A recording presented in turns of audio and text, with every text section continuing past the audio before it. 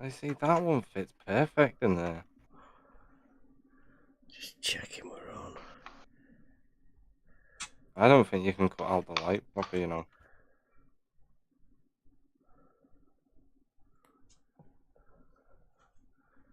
Oh, yeah. I see that one fits. Alright, okay. Oh, shit, that means we're gonna have to go live. We're gonna miss Blue's thing.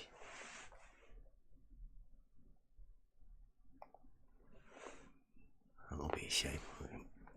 Buster. As you know, surveying, especially elevation checks and all of that, is based solely on horizontals being parallel. There we go. Right? Well, that isn't a curve. Right? That, you know, that isn't what they do. They measure a drop in the vertical, don't they? When you're doing surveying on your measuring rod. Hang on here. Let me think about this. Yeah, you do. And that's If there's a change in the vertical, then what do you call that when you're measuring and you're doing your surveying? Hang on here. Let me think about this a minute. change in elevation. Right, okay. Oh, yeah. There we go. Hang on here. Let me think about this a minute. Oh, yeah. So drop any, it would be a drop any direction you go. Earth is always dropping away from you. So the water, you think the water level drops away from you. There we go. Yeah, I know it. I've not seen a drawing from LIGO. The nutsack thing is related to either arm, an X or a Y. Let's say 400 Go on the meters. west How arm, the accurate east could arm. you be? Set in a horizontal. It is designed to be 33.1 arc seconds from top to bottom at that distance. Wait a minute. The elevation from the water level is always going to be the same. They'll all intersect. Those three lines will intersect in the middle. There we go. Oh shit, Broncos went to bed a long time ago. a nutsack drop is a pretty good demonstration of the globe. There we go. Just hang on here, let me think about this. Go on. Water level. The water level is the most level. Water level will show you level. You'll take your auto level then to the center of this array of of level points that you've established. Set it at the center and then shoot both ends. You'll find out that they're dropping. What, both ends of the water level lower There we go. than the middle. We got a hump. You've got a hump. Absolutely. It's a hump. Hang on here, let me think about this. You got a home base. Oh, wait. Oh, I'm sorry. God, I'm getting tired, Bev. Back up. That was wrong.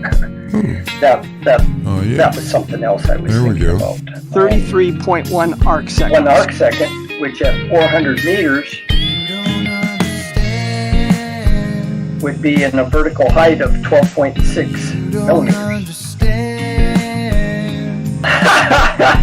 Buster. Hang on here, let me think about this.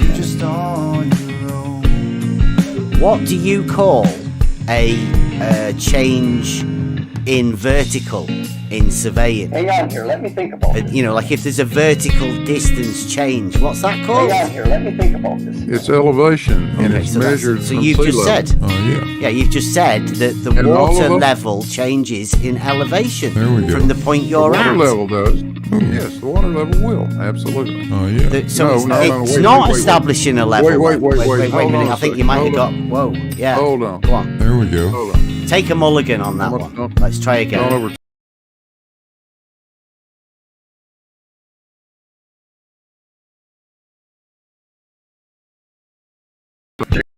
You're going to have to add that in. Oh, yeah. Add it into a horizontal. Where do you add it in? Yeah, that's what I feel like a lot of times, Buster. There we go. Oh, yeah.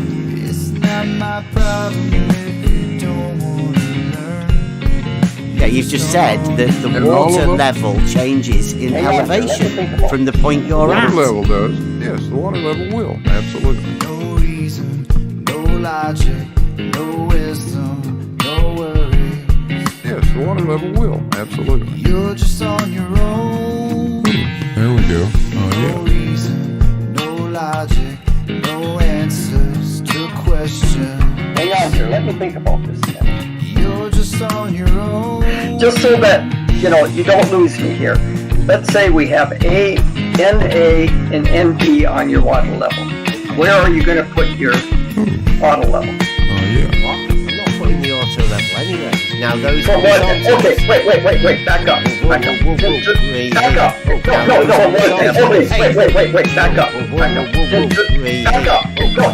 Wait, please. But on the curved Earth, what you just described is what we would see. We would have 3 different horizontals intersecting in the middle. Oh, yeah. And we are live. Welcome all. We are Model Affliction Monday. I'll go over a little thing I've got for the water level test, and then, well, a conceptual test. But, it'll give you an idea what's going on. And also, I've got a video set up for a 2D, 3D argument, because it's a Model Affliction Monday. There's a few arguments that are from model based, and unless you have a model, you wouldn't ever think of the argument that way. So we'll go over that a bit as well. But I think we've got a bit of fixing Streamlabs. We're going to do some live fixing of Streamlabs in a bit while we're waiting to get going. Yeah, Model Affliction Monday is obviously, I don't think we're ever going to have anybody coming round wanting to talk about their model. Model afflicted don't tend to enjoy coming round for this, so we'll have to be going over some of the arguments generated only by the model afflicted.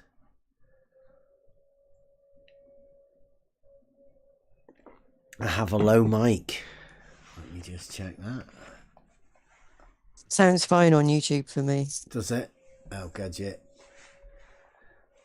Low in Discord or low in on the... It looks okay. The levels look all right for me. Maybe because I'm not close enough.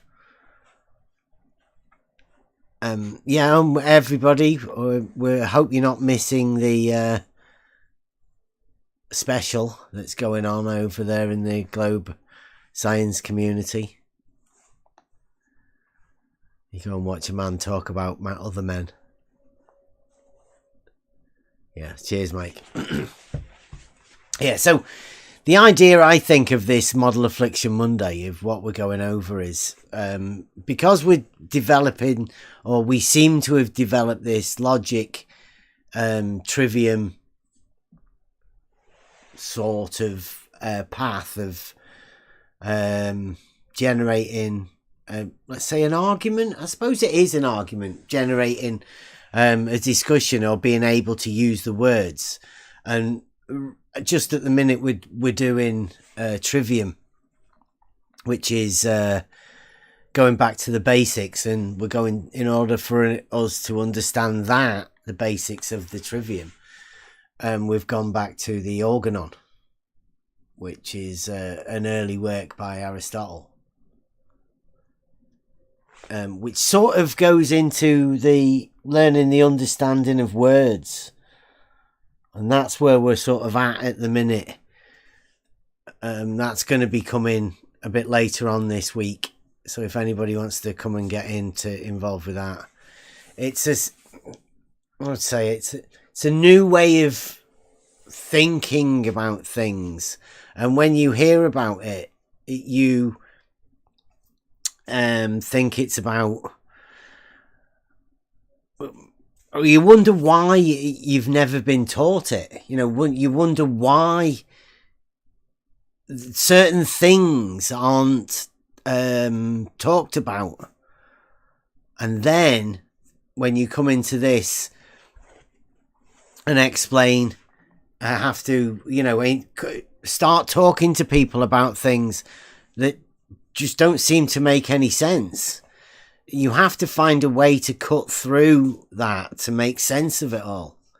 Well, that's the bit that we're at the minute with the Trivium and the basis of what words mean. And I'm hoping that this Model Affliction Monday is going to be some way for us to explain how the model afflicts certain arguments. It makes them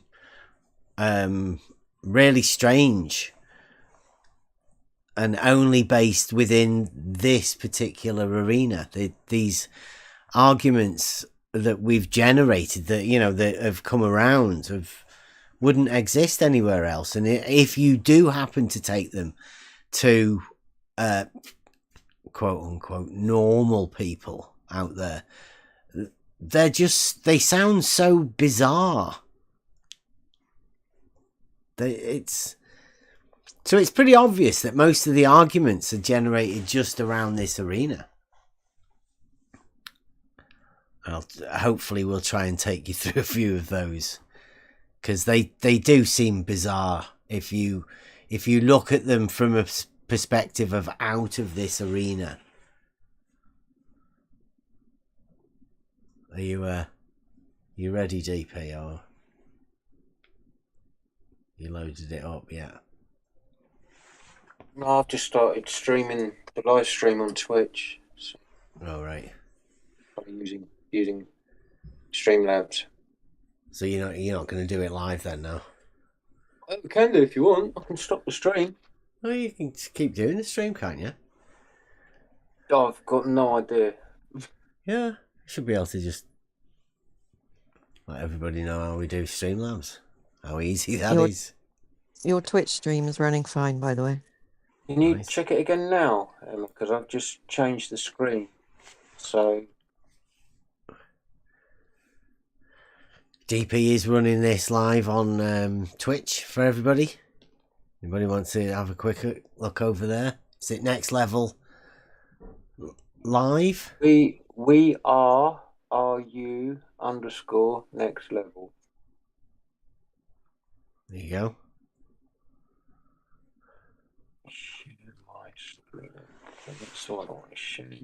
Still sounds fine. Yeah, and you can see my Streamlabs screen in here now, yeah? Yeah, but you can see that on Twitch as well. Yeah. What? Yeah. So Twitch is watching your Streamlabs, your editing.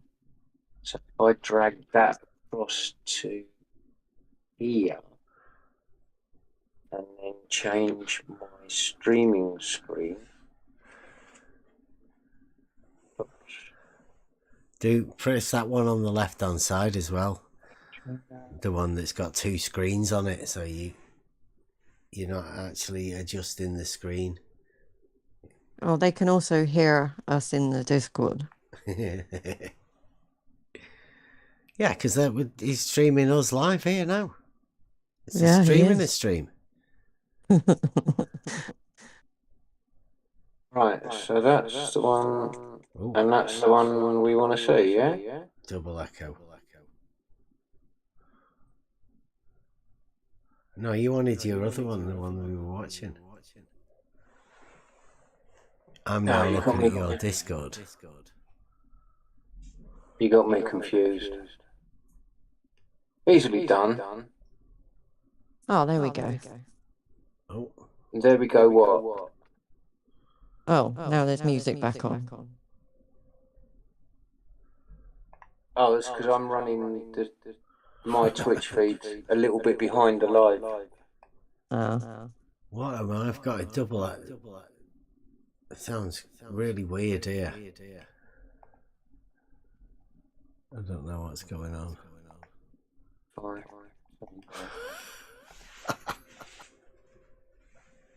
Stop watching. Now, what's that sound like? Somebody else speak, please. Deja vu. That sounds good. Right. I've just turned everything off, so it should be fine in Discord now. Yep, it is. Yeah. I think we'll have to do that editing Yeah, some not other on a time. live stream. Yeah. Yeah. Okie dokie. So I get this off and I'll go over my thing.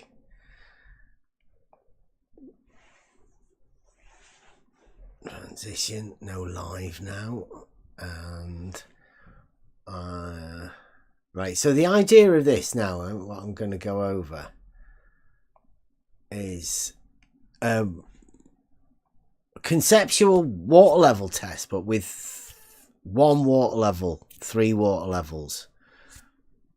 Let's sort of go over it, right?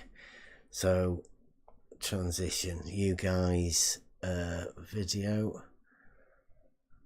Oh no, wait a minute.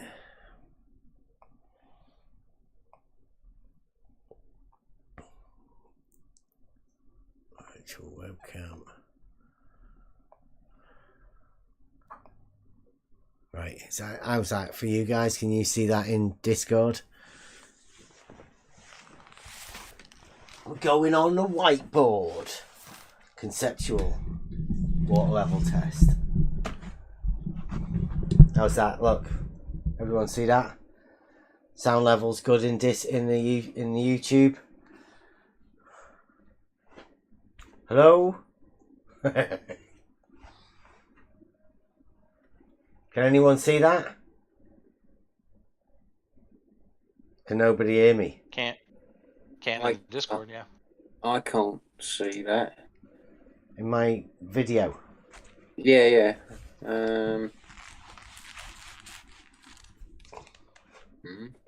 Maybe it's me. I can't bring it up on my computer. Yeah, we could see it in the YouTube. It's a little bit dark. Okay. But boom. Yeah, you can see it. Put the light on. Yeah, that's better. Good. Slightly washed. Oh, that's better. There you go. You're good. Okay. Focus. So this is a water level.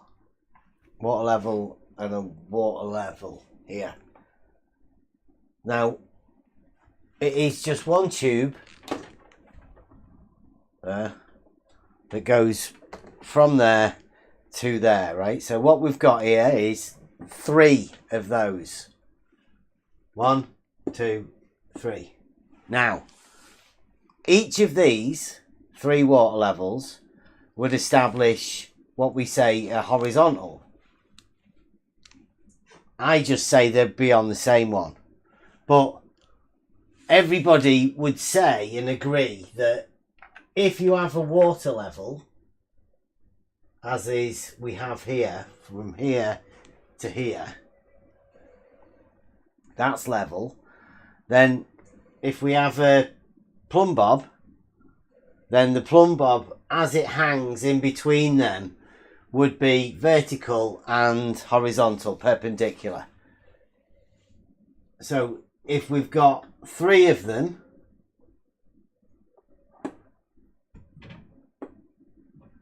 there's another plumb bob there.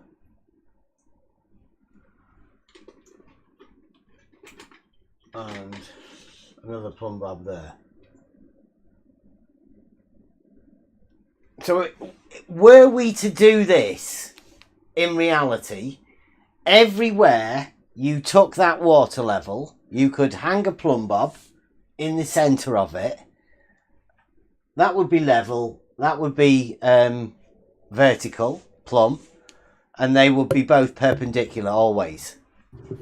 Anywhere you take them, if you take them as a unit. So there's one there, there's one there, and there's one there. 3 completely separate water levels. But because the law of communicating vessels, my pen. If we do this,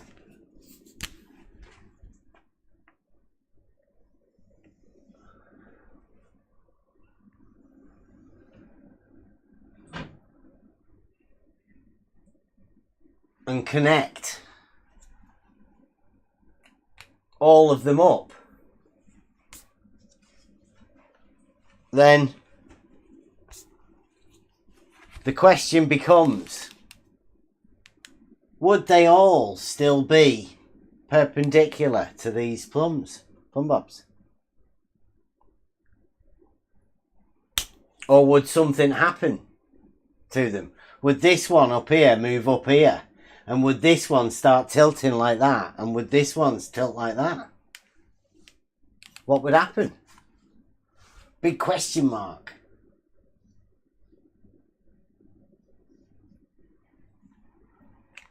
Could we do this? Yeah, of course you could. This is just a water level with another separate water level at the end of it. There'd be no purpose to it. But you could definitely manufacture this and this. You could put another water level in.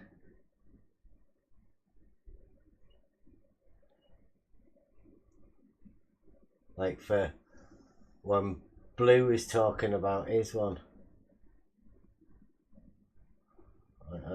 I'm doing a video at the minute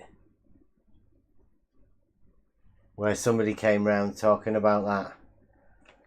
There's another different water level. Is it sloped? Are they on the same horizontal? What would it be like? Just a question. 3 plums, 1, 2, 3. Water level, water level, water level. Is that perpendicular? Is that perpendicular? And is that perpendicular? So yeah, of course it is. Do you reckon to that?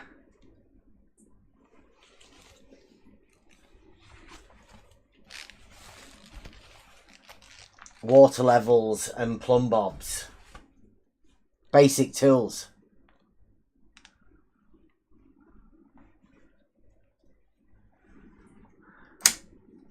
What do you reckon? I'll leave it on for a bit.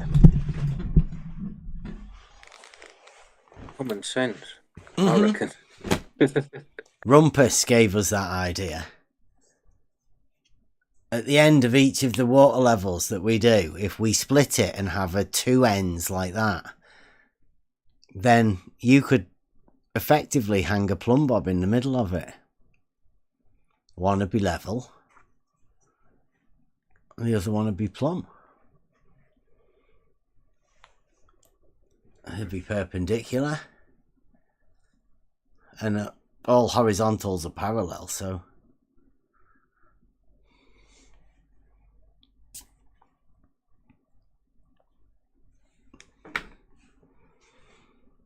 what do you reckon?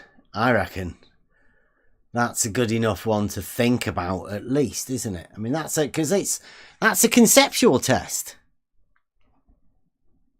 I mean, you could do it, but it's easier to conceptualize whatever would happen. What do you think would happen?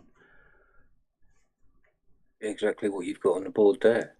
Yeah, all communicating vessels, all at the same level. One horizontal, not the one in the middle being higher. That's fucking ridiculous. And all plums perpendicular to that horizontal. Yeah. Meaning all verticals perpendicular. To that horizontal plane, yeah. All perpendiculars to a plane will definitely be parallel. Question is that water level array horizontal? Parallel horizontals? Or is the centre higher? How can the centre be higher? Just ask yourself that question. Yeah. How can the centre be higher? Or, alternatively, ask yourself, how can it be lower at either end than the centre? Where's the drop? Or the hump? Paradox. It's a horizontal paradox that, in reality, nobody needs bother about. Everyone would accept it, in reality, as an obvious truth, a self-evident truth. Level is horizontal. Only the model afflicted would imagine to think differently. Only when triggered by a self-evident truth, a statement about a self-evident truth, leads them to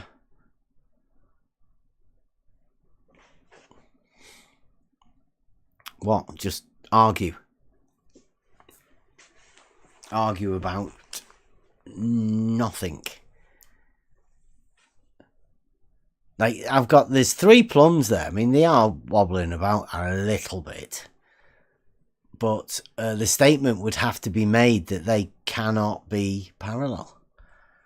But if we have a horizontal plane in between the 2 of them, in between the 3 of them, They can't be anything but. Yeah.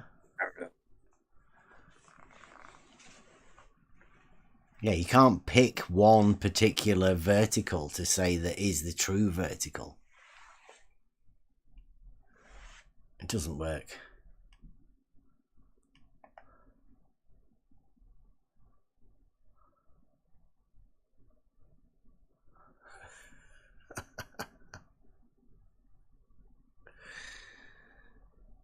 The main screen.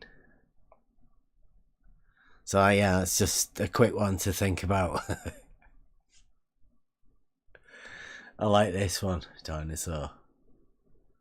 Model Affliction one day.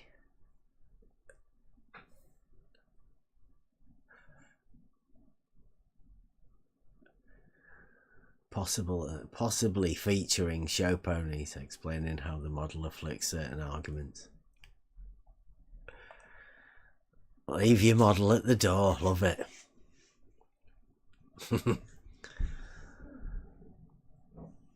So, if we are talking about what have I got there? I'll switch my video off. If we're talking about how the model afflicts and particular arguments that have been I don't know, they've made us be cast aside, because so if you want to learn about some arguments that'll get you shut out of the community, I'm going to explain a few of them.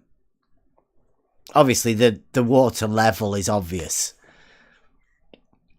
I can't even imagine how anyone would think it humps or drops, and I can't imagine how tough it must be having to have one of those, being forced into an argument where it's like a drop or a hump where you know it can be any answer other than horizontal.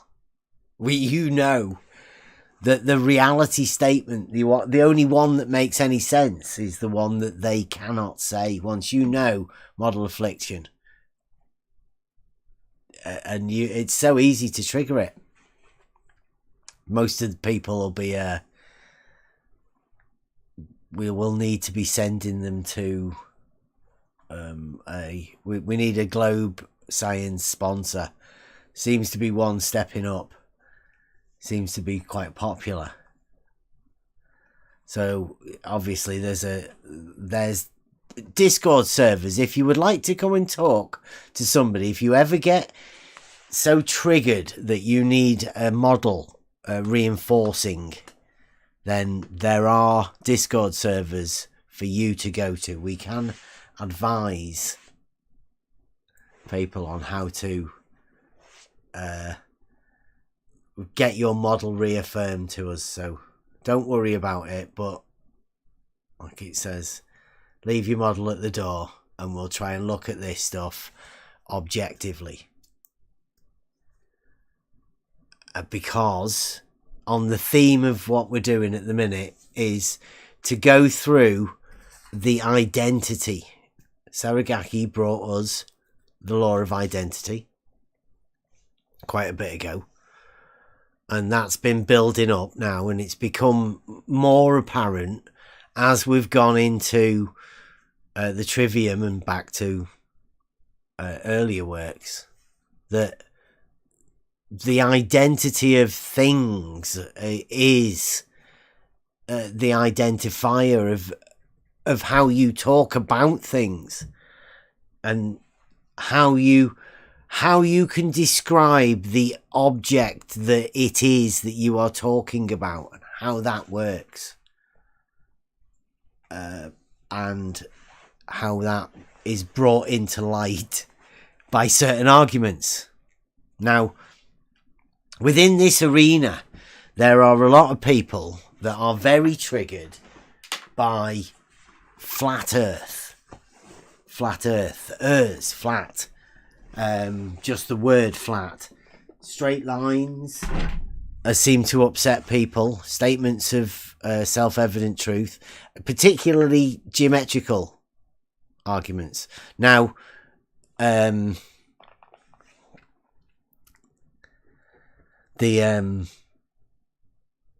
oh, is that a new one, DP? I'll put that. These arguments are developed around statements of truth. So I'm going to put a video on, and this is one of the, I think, the next one up from a straight line. I mean, it's hard to get people to define a straight line and how to talk about straight and to come to a common agreement. We've had certain streams where we've been talking for hours to try and get an agreement on straight and never got there. Well, the next step up from straight is a plane. And the difference between 2D and 3D. So let me get this. I'll try and get this screen sorted here. Discord. Screen. And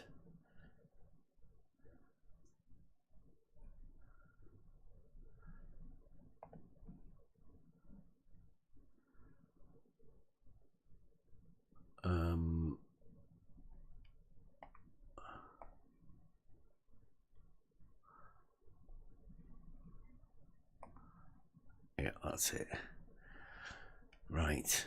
Can you guys see that screen? I'm sorry to everybody having to do this. You thought it might have been gone for a bit, but this is I thought it would be a good chance to go back to look at some early stuff, because the early stuff shows that the model Affliction and how we can all go back and learn from earlier videos. This is from comments from a year ago, so maybe June 20. So nearly 2 years old, this video.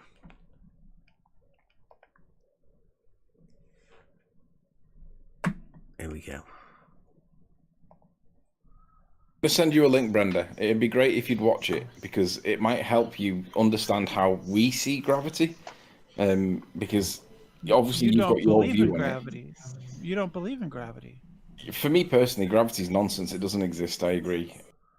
How's that? How's the sound going for that? Does it sound good? Obviously, you might recognise strange voices. Does that sound good, guys? You in Discord? What's it sound like on? Good on in YouTube? Discord. Well, I mean, sounding good, apart from the voices that you heard.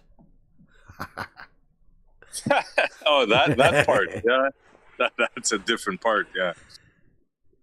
Okay, let's carry on. But the current physics states that it does exist, but they have trouble defining it. I think we can agree. We don't have trouble defining it. We don't have trouble defining it. Well, I'm going to send you a video that shows that they do have trouble defining it, because if you ask 4 physicists what gravity is, you would expect to get 3.5 answers that were consistent, right? You wouldn't expect to get No. 4 different answers. The physics textbooks all say the same thing. They don't. That's the point. They don't. No, they actually do. They do. Okay, so I'm going to send you. The textbooks say the same thing, but accounts that are in popular magazines, even popular science magazines, can differ, right? Because it's for popular. Let's get to the bit. What it actually does is it creates a vector that other objects with mass will then be accelerated. Starts with the gravity. So when you say it creates a vector, what is the it that creates the vector? The mass creates a gravitational field which distorts space-time, and that distortion of space-time will in turn create a vector to any object with mass that is in that field. And so that vector will cause that object to accelerate. No, it doesn't cause the acceleration. It disturbs that. Right. What I'll say to you, Brenda, you have when you put your mind to it, you are probably one of the best people to transpose from Newtonian into Einsteinian and give some explanation, because most people on your side can't even do that. Wow. What? Well, I do not know. Do you like that? That was good, that, wasn't it? Do you want to hear that again? I quite like the bit about the. That's it. Cause the acceleration, it disturbs that. Right.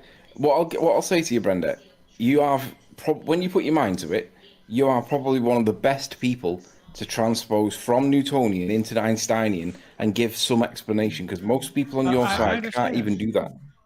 What? Well, it's a G argument, isn't it? You know, like they like it.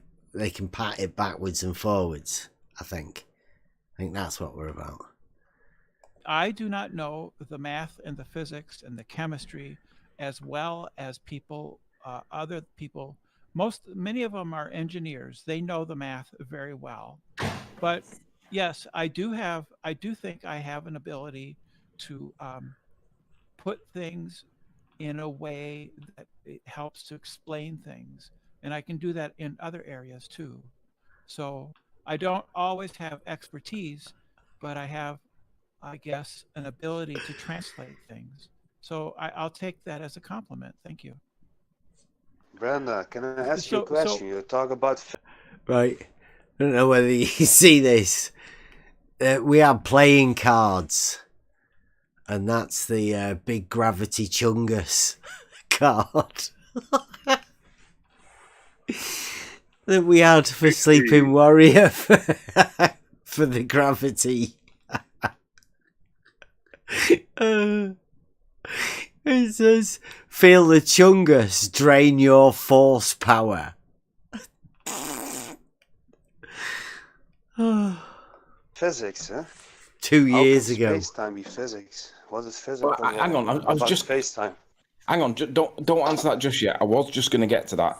It was meant as a compliment, Brenda. It wasn't meant as a dig, and you can take it as a compliment. It was meant that way, because most people on your side can't even do that. Now, here's the thing, though. Scorpio just said, how is space-time physics? That's what I was just about to get to. Because whatever space-time is, right, we know that it's a mathematical concept that he derived and represented mathematically. We also know that it hasn't got any experimental application, because you can't do any science with it. You can observe, but you can't experiment with it because it's maths-based. So on that understanding of... I'll put my 2 cents in. Space-time is a mathematical function where you get space and you multiply it by time. And incorporate it. That's how it's mathematical, right? So get yourself some space and then times it mathematically by some time. And then what you end up with at the end of that is space-time. Nonsense. Yeah. It's nice. That mathematically, anyway. Unbelievable. The inability to do. Well, that's the sort of what we're dealing with. We're trying to cut through the bullshit with logical arguments, and that's one of them, that space-time's fucking ridiculous. Doesn't even make sense. Just because you put two words together doesn't make it mean something. Yeah, and especially one of them is abstract. It's not even real. Both of them. And the other one is the distance between me and you. I mean, it's ridiculous. Well, they're both abstract. Yeah. Neither of them actually exist as anything you could do anything with. You could measure, or you've got space time. It's what Buster would call a vacuous truth, right? There's nothing to it. You start off with nothing, and you end up with nothing times nothing. It sounds like a song. Yeah. So, I don't know. Do any experiment that renders space-time to be a construct mathematically that we reify every time we talk about it, but it doesn't actually exist. No, space-time is a physical aspect of the world, of the universe. It's mathematical, So it's not physical. No, it's described by mathematics, but that's you confused. That's you doing the reification error. Well, no, it's described mathematically, but it is conceptual. Yeah. It's not physical. Yeah. Well, I can describe lots of things with mathematics, but I shouldn't confuse the map with the territory. Here we go. Correct. Right? Well, that's the map with the territory that you're citing. But can you remember hearing that quite recently? The map with the territory. It's the same thing. I mean, where did that come from? Seems like a go-to. Be aware. You're right. The mathematics is the map. Yeah, but we should. You're right. We shouldn't conflate mathematics with the real world, right? Because mathematical descriptions can be useful, but they don't prove cause. Agreed? Well, they describe, what we know so far. They're descriptive. They're descriptive. So we can see a mathematical correlative. We see a mathematical correlative model for the clockwork sky that we observe, but that doesn't mean that we understand what's causing it. But we can use that description to do things. So to make predictions, if I have a random McNally atlas of the highway, of the road system in my country, to get from one city to another city, but I shouldn't confuse the map with the actual city. But I can refer to the map as a way of describing where I am and what I need to do to get to where I want to go. Yeah, but we need to be careful that when we're describing mathematical correlations, that we don't conflate them with science or technology, because maths is abstract. It's not immersive. It's not comprehensive. It's abstract, right? And again, another weird, slightly strange argument. Started off as gravity, remember? And now we're talking about maths being abstract. Maths is just a language to be able to describe things. When it's talking about reality and you're talking about distances and shapes in reality, it's very real. It's not abstract at all. The idea that you can throw mathematics into the abstract, well, no, it's real. Why would mathematics be made? Why would it be done? I mean, we do go into it within the quadrivium, but the mathematics is arithmetic. Let's say that is conceptual. It's just another language. It's like words. But geometry, putting those geometrical and mathematical principles into reality, like music, for instance. And yes, there's a time element involved in that, but it's number sequence within time. But I mean, that's real. As real as music is real, the mathematics used in reality is real. because you can get real results with it. It's not just, I don't know. Well, math is the language of science. No, the language of science is cause and effect, not mathematics. No, mathematics is the language in which the scientific ideas are expressed in. What do you reckon to that? Mathematics is the ideas that scientific is expressed in. Hogwash. I would say logic. Right? You have to have a cause and effect. One thing has to follow the other. Otherwise, you're not going to get anywhere. There has to be a logical following of the reasoning of why you're doing whatever you're doing. It has to be laid out in a logical process. You could use numbers to deal with it, but I mean, where's the numbers in chemistry? Go on. Like I was just gonna say, use numbers to tell me what an orange tastes like. Yeah. Yeah, so science, I mean, what is science? Is like Sleeping Warrior says there, cause and effect. It's antecedent consequent. Yeah, relationship. I would agree 100%. Yep. Purely logic. Now, I think this was a little bit before we truly understood the backing behind logic. Otherwise, I think something might have been said there. It's a language, but it isn't the language. It's like I said, it's abstract. By definition, it's abstract.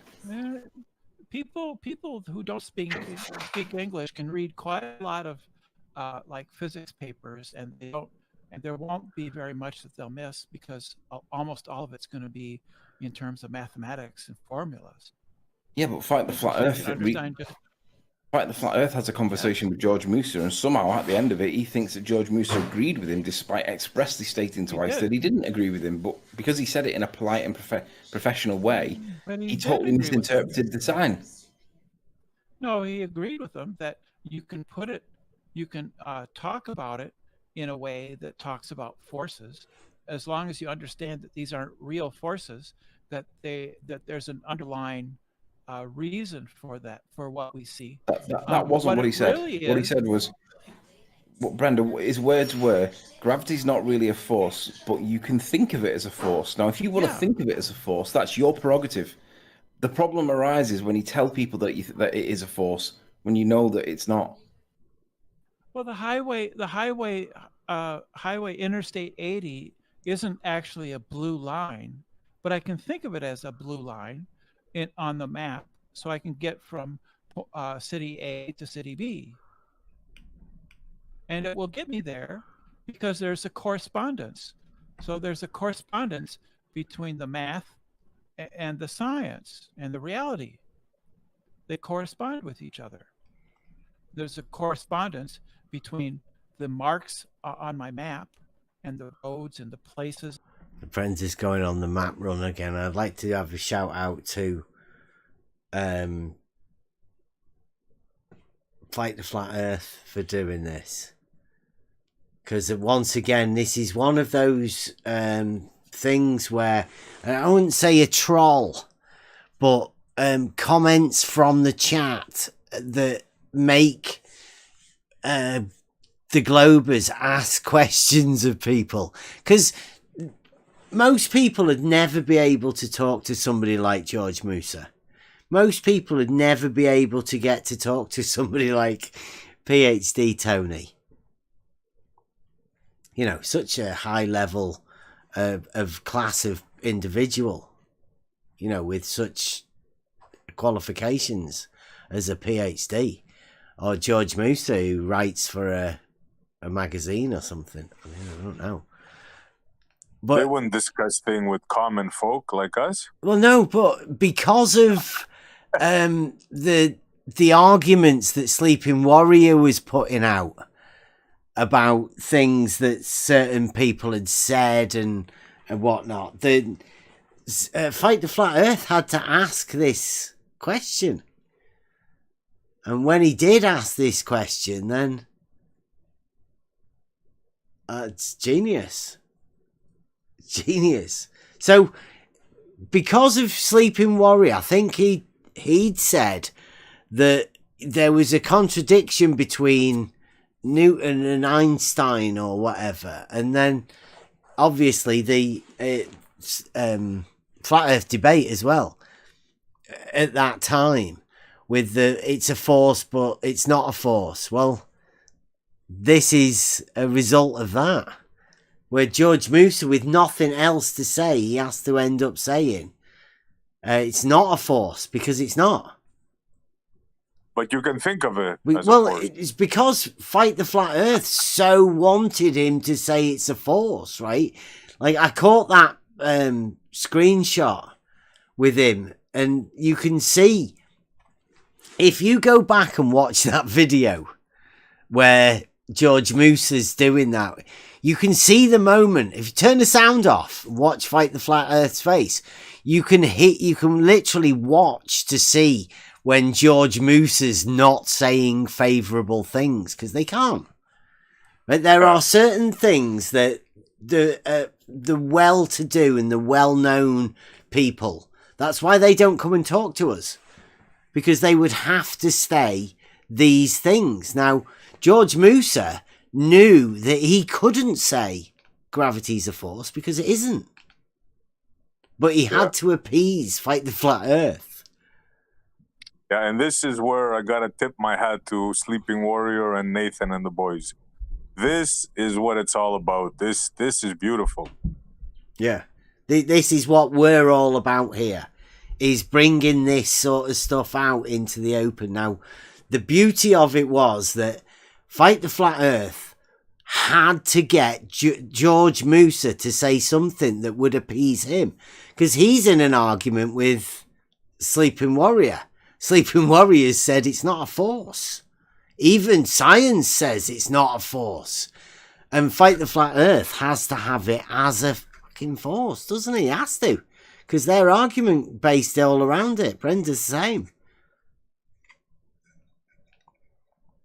So yeah. I remember this. I was laughing for days when I first heard this. This is good stuff. Yeah, that was one of the early days for me. And when you realise that Fight the Flat Earth so needed George Musa to say, you know, it is a force, that he would grasp onto anything. And he did. He grasped onto, but you can think of it as a force. And Fight the Flat Earth as well. See, George Musa, he did agree with us. He said it, you know, it said it is. That's a paralogism, isn't it? That's one of the early paralogisms. Also, I was just going to say, it's also dialetheism as well, no? Yeah. Fight the Flat Earth is definitely having it as a force, and George Musa's definitely agreed with him that it is a force, even though he blatantly said it's not a force. It's not a force. Yeah. Yeah, I mean, these old arguments, I mean, this one gets going a bit. Wow, it takes a long time to get going. And the cities and the towns that are in reality correspond with each other.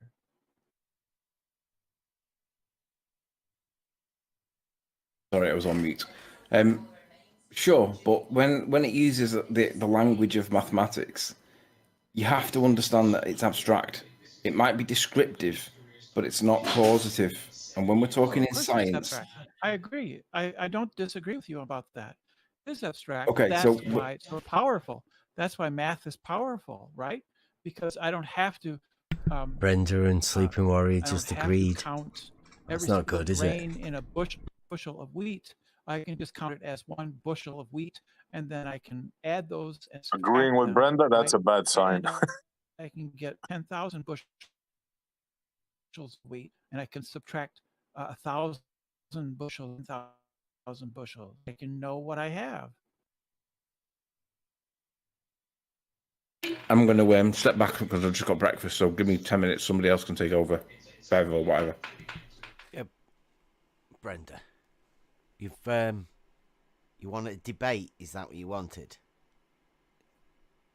Well, or did I you felt, just want to come for a chat? I felt. So I hear you. I sometimes go around on YouTube channels and listen to debate things, and there were some points felt I wanted to address, and I feel a little bit shut out because I was from the former Discord channel that you were in before. Yeah, that wasn't us. That wasn't. Yeah, but I got banned from there. Yeah, and this I seems don't to happen know to who me it a was lot. that banned you. I get. You Yeah, weren't banned from I here get though. banned a lot. Yeah. So I did have something specific in mind, which is how many dimensions surface of a sphere have? Sorry, Brenda, you're breaking up there. Do you want How many dimensions does? Here we go. How many dimensions have? Brenda, do you want to just nip out and come back in again? It's cutting out badly. I can't hear what you're saying.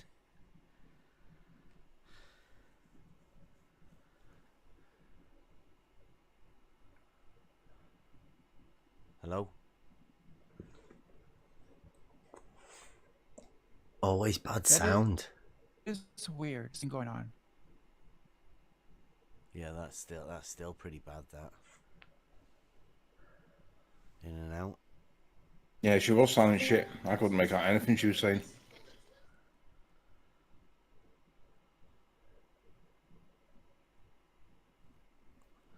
Hear me? I heard a bit then. What's it look like your connection's like? It sounds pretty bad here.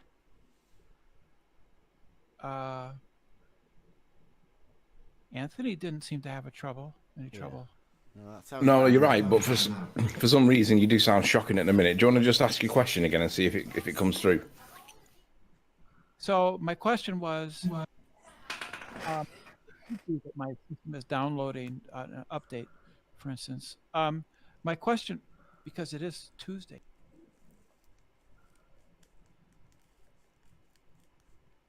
Oh, it isn't. Thursday. Could be. The question was, how many dimensions does the surface of a sphere have, Bev? How many do I think? Yeah, 3.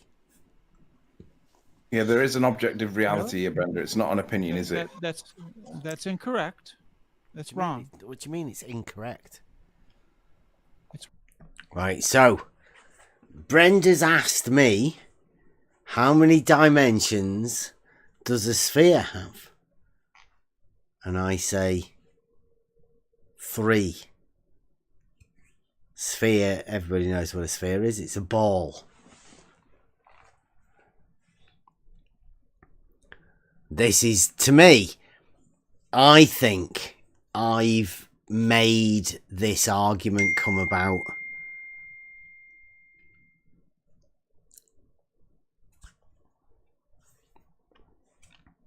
Just purely because of the geometric argument and a model affliction. There's only, like, Brenda asks me about a sphere and I say 3D. Brenda says I'm wrong. Go back a bit. Have, Bev. How many do I think? Yeah, 3. Yeah, there is an objective reality here, Brenda. It's not an opinion, is it? That's incorrect. That's wrong. What do you mean it's incorrect? It's wrong. It's wrong. It's objectively, mathematically wrong. Can we just get a definition of 2 dimensions for you?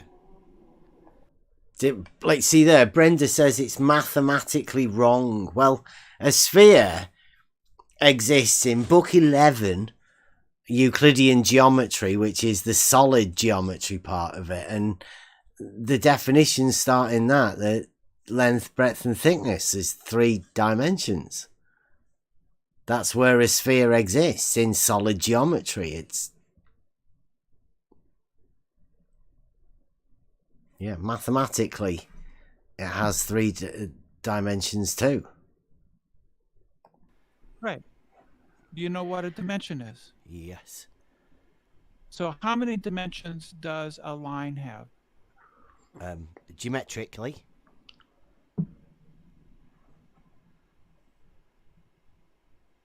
Geometrically, yeah, Brenda. You're gonna play games? Is that what No, I'm asking you to qualify a line geometrically or a line on a piece of paper. How many dimensions does the line Please have? qualify, Brenda. A line geometrically or a line on a piece of paper. There's no difference. There's no qualification. A mathematical line. And you see how we're struggling to have a... I'm asking a qualification question. Just so we know. Yeah, I'm asking about what are we talking about again. It's good, this stuff, right? Oh, yeah. A concept versus reality. Yeah, that's what I'm getting Brenda to see. Yeah. Yeah, and then she went, oh, shit. Yeah. Yeah, this is it's a weird concept, isn't it? Somebody's pointing out from the chat. A cube hasn't got 3 dimensions also. Yeah, it's a weird concept. Everybody knows a circle's a 2D shape, a square is a 2D shape, and a triangle's a 2D shape. I mean, you go into 3D with solid objects. It's crazy. Line. A mathematical line has how many dimensions? Within Euclid, in the definitions of Euclid, in Euclidean geometry, it is one-dimensional, described as length without breadth.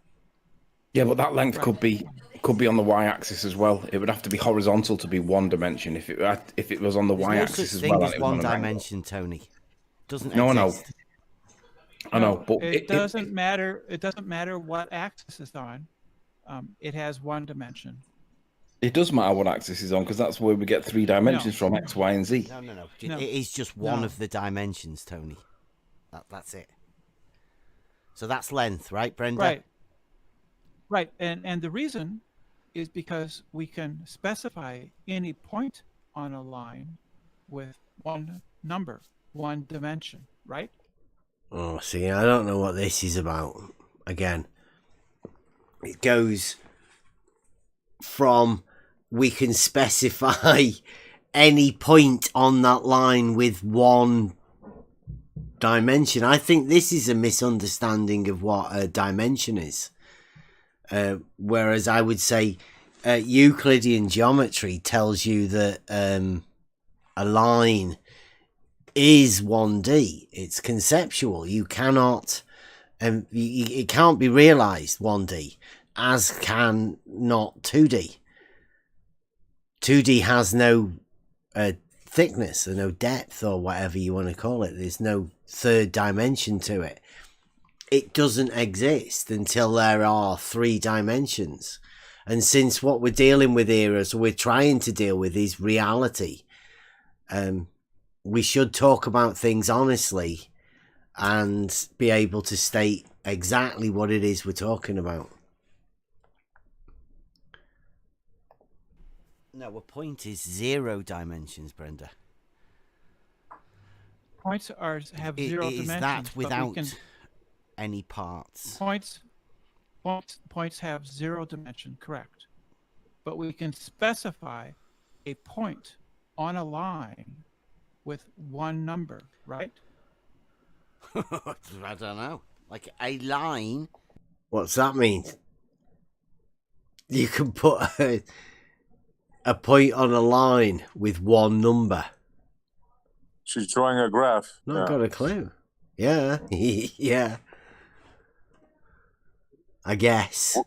Which would bring it into the real world. See, they don't understand that there's reality, a line which you can draw on a paper on a 3D surface, which makes it 3D, and the concept of a line. Well, to put a number to it, you would need to measure. You would need to put a measuring implement to that line, or in between those 2 points, the beginning and end point. I was just going to say that. Was she measuring the line? Yeah. That's the only way you could put a number value to it. Right. So, I mean, the lines are getting blurred between... We're trying to decide what it is we're talking about.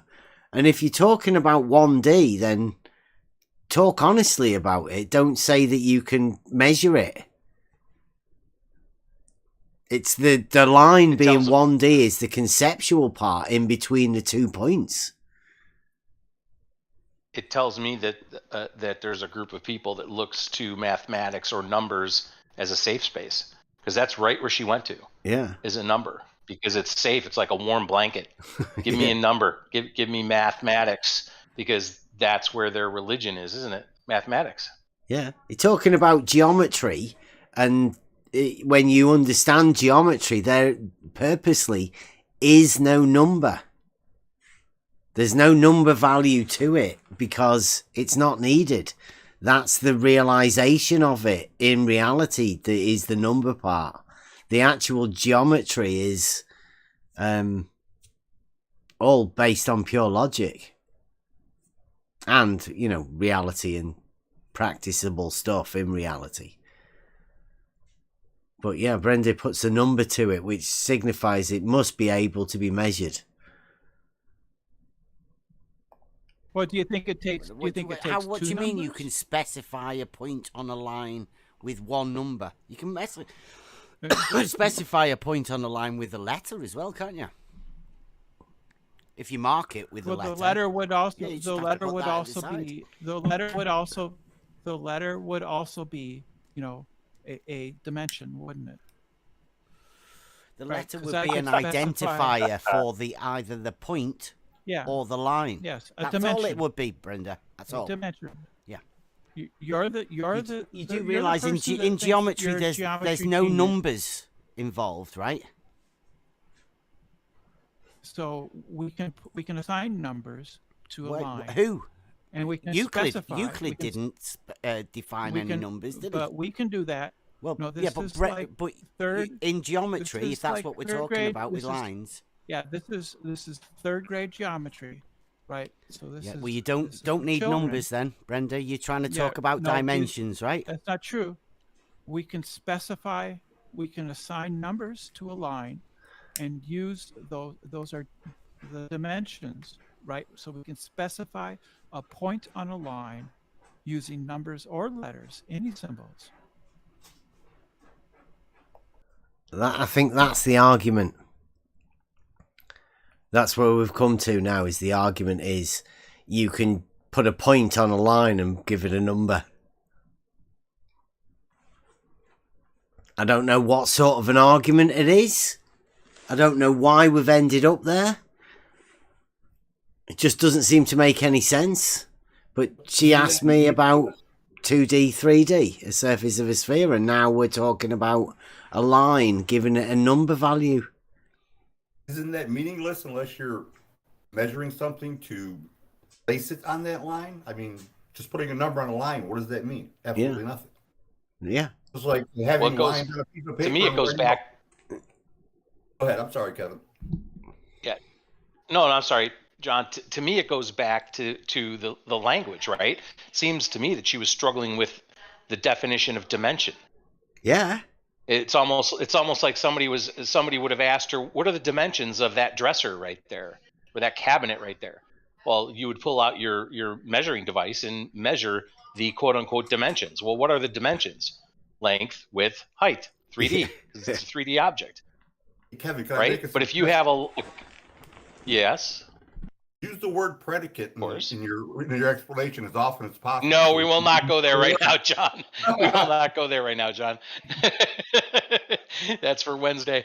But no, but it sounds like that seems to be the issue, whether it's a purposeful misunderstanding or an accidental misunderstanding. It still seems to be a misunderstanding, because you guys were talking conceptually, and then she's trying to put numbers to it. Yeah, how do you put numbers to something conceptual? It turned into it turned from a 2D, 3D into I'm going to redefine 1D by saying you can give it a number value. I think that's what, just a point with a number is all Brenda's is after in this, in order to define 1D, is a point with a number on a line somewhere.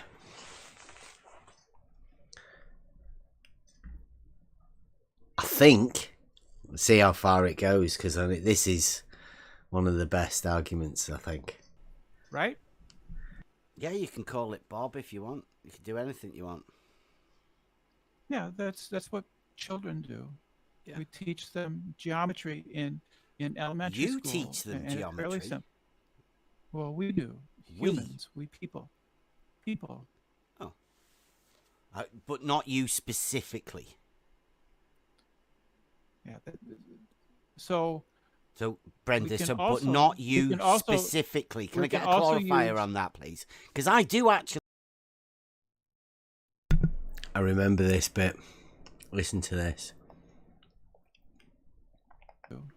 We teach them geometry in elementary school. You teach them geometry. Fairly simple. Well, we do. Humans, we people. Oh. But not you specifically. Yeah. So Brenda, but not you specifically. Can I get a clarifier on that, please? Because I do actually teach my son geometry. So when you say we... Yeah, that's child abuse. That's child abuse. What, teaching my child geometry? Yeah, because you're not teaching them geometry. You clearly don't understand geometry. Pardon? There you go. Wow. Mm-hmm. So that's within the first 20 minutes of talking in the video. The person who wants to put a number to a conceptual 1D line is saying you are a child abuser for teaching your child geometry, actual geometry. Yeah, because I don't understand it. I mean, that's one of the earliest fascinating. You don't understand, right? But it's a you don't understand, therefore child abuse. Isn't it? Way out of line. Way out of line. Yeah, this has been a lot of this sort of stuff. And I don't know whether it was meant to trigger. I don't know. Really early stuff. DP's got his old monkey there. No, that's the frustration that develops. You don't understand geometry. Brenda, what was the answer to you? Sorry about that, John. Oh, that's fine. Go on, what would you say? What I said? Go on. No, I didn't. I said that when she makes those statements, that's the frustration that develops from dealing in lies. Can't attack the truth directly, so you got to use those ad homs, as you say. But go ahead. Thanks, Beth. Yeah. To your question, how many dimensions does a sphere surface exist in? What was the answer? Well, Bev said 3. Yeah, what's your answer? Well, the correct answer is 2, of course. So, is the reason why you say it's only... Yeah, 2D. No, that's a clip right there. Yeah. 2D. I mean, I did a poll on Twitter quite at the beginning to try and see how many trolls there were, how many model afflicted people. And 60%. A 2D ball. 2D ball. Wow, man.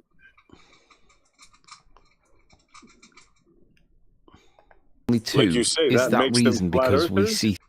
Well, I have an understanding of what 2D is, and it's a plane surface. Yeah, so that would make them flat earthers. Oh, yeah. Yeah, at least conceptually, right? In their mind, they live on a 2D surface. As well. Total flat earther. Yeah, the literal flat earther, right? Yeah.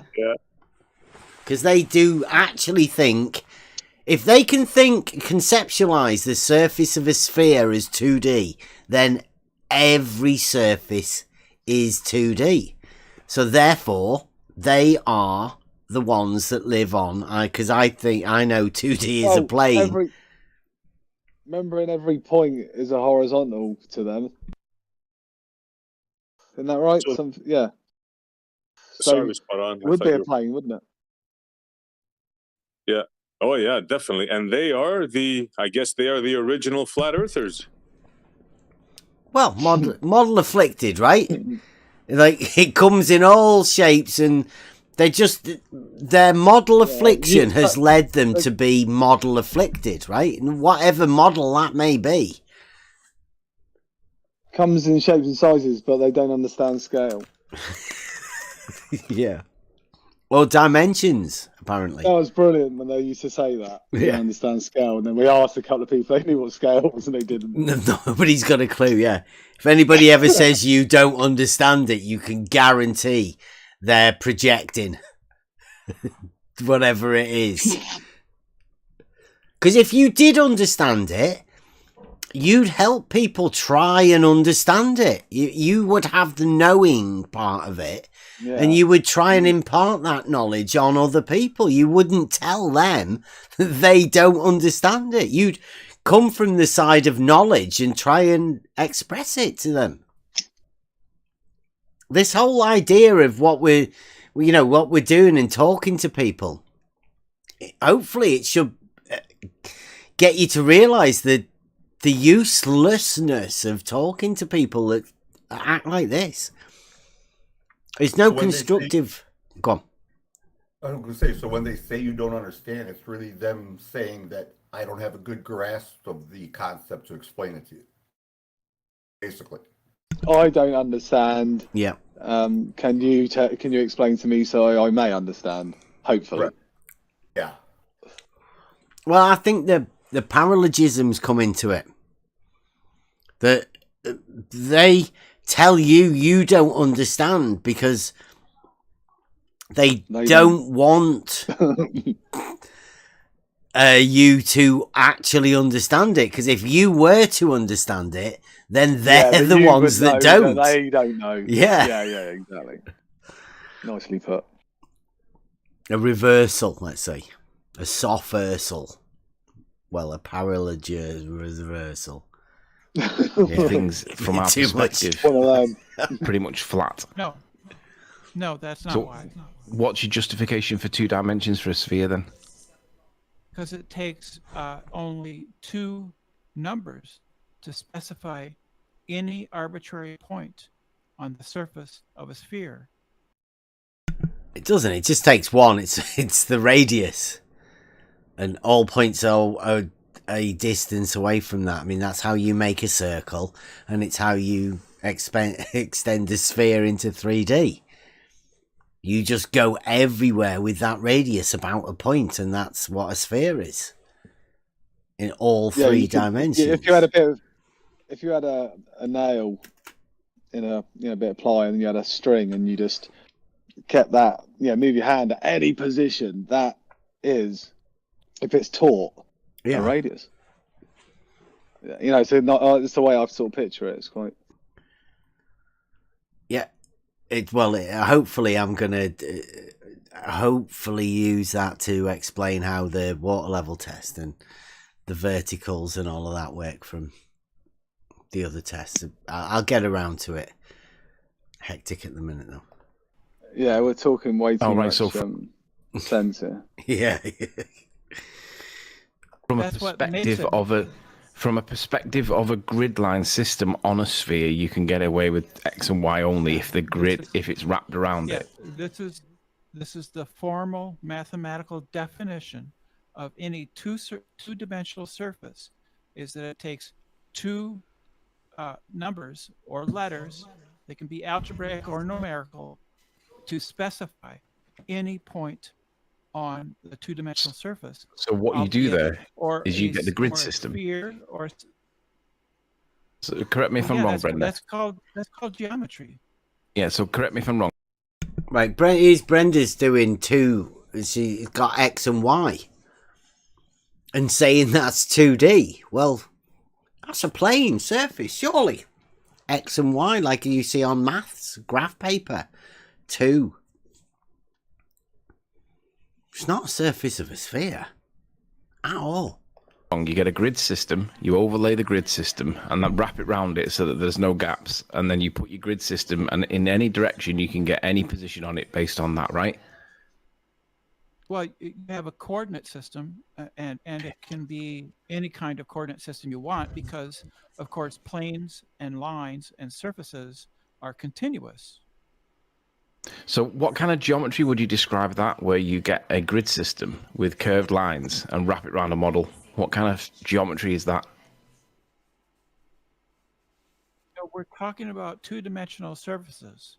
We're not. We're talking about three-dimensional surfaces that you're redefining into two-dimensional surfaces by creating a construct that wraps around it that you then put a grid on with bendy lines on. There's a name for that. What is that name? No, you've misunderstood. Does anyone know what a grid is with bendy lines? Because that's not real either, is it? Good afternoon. Good afternoon.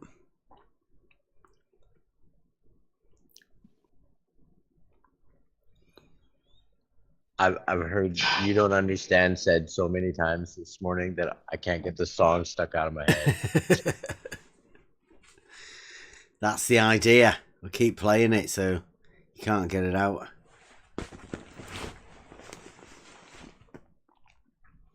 Yeah, this is I'm not too sure what's going on anyway. All of that. Keep going. No, I haven't. I'm not creating a grid system, right? We're using coordinates to describe a two-dimensional surface. Well, here's the thing, Brenda. Why has Bev gone silent? I'm here. Because I stamped on him. All right, I'll give way if you want. Go on, you carry on, Bev. So do you understand? This is elementary geometry. Yeah. Have a look in the live stream text for us, will you? I have no idea where you're live streaming. Well, in live stream text, you're in the open live stream. Above it is live stream text, so that's the text for the live stream that we're in, right? Makes sense. I'm in no voice. Yeah. That's only for the people that aren't brave enough to come and talk to us, Brenda. That's where they like to stay. Right. So have a look in the live stream text, right? Can you see that? I see it. Right. I see it. I see it. It says solid. I can read. It says book, solid. Book 11, definitions. And that's how it starts. The book 11 of book 11 I can read. Of Euclid's Elements. I can read, and I can read faster than you. A solid is that which has length, breadth, and thickness. That which bounds a solid is a superficies, whatever that is. That's an antiquated word. That's a surface. Does the surface have thickness? The surface is what bounds. Does the surface have thickness? The three-dimensional object. And in the case of a sphere, does the surface of a sphere three-dimensional, have isn't it? I think it is. No, anyway. Does the surface of just personal opinion and things. Does the surface of a sphere have thickness? Pardon? Does it have thickness, Bev? It has three dimensions because it curves in every one of those dimensions. No, it doesn't. Yeah.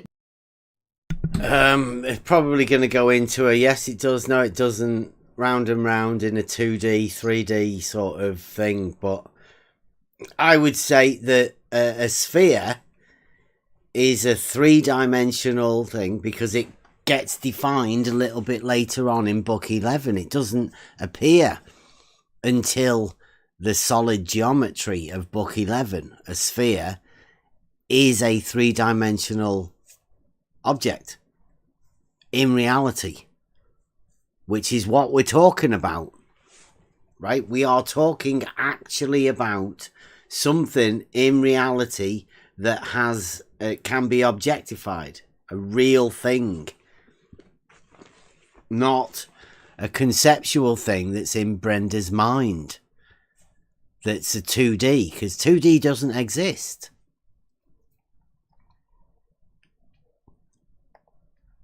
No, the surface of a sphere is not a two-dimensional plane, is it? It's a two-dimensional surface. It's not a plane, but Brenda, this is a two-dimensional surface. You want to live on a two-dimensional surface, don't you? No, that's not because I want my math to be correct.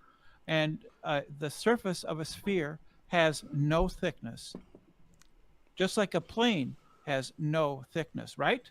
Planes don't have thickness, do It's they? just got length and breadth. Then there's no third surface of a sphere, just like a plane. In Brenda's mind, same thing.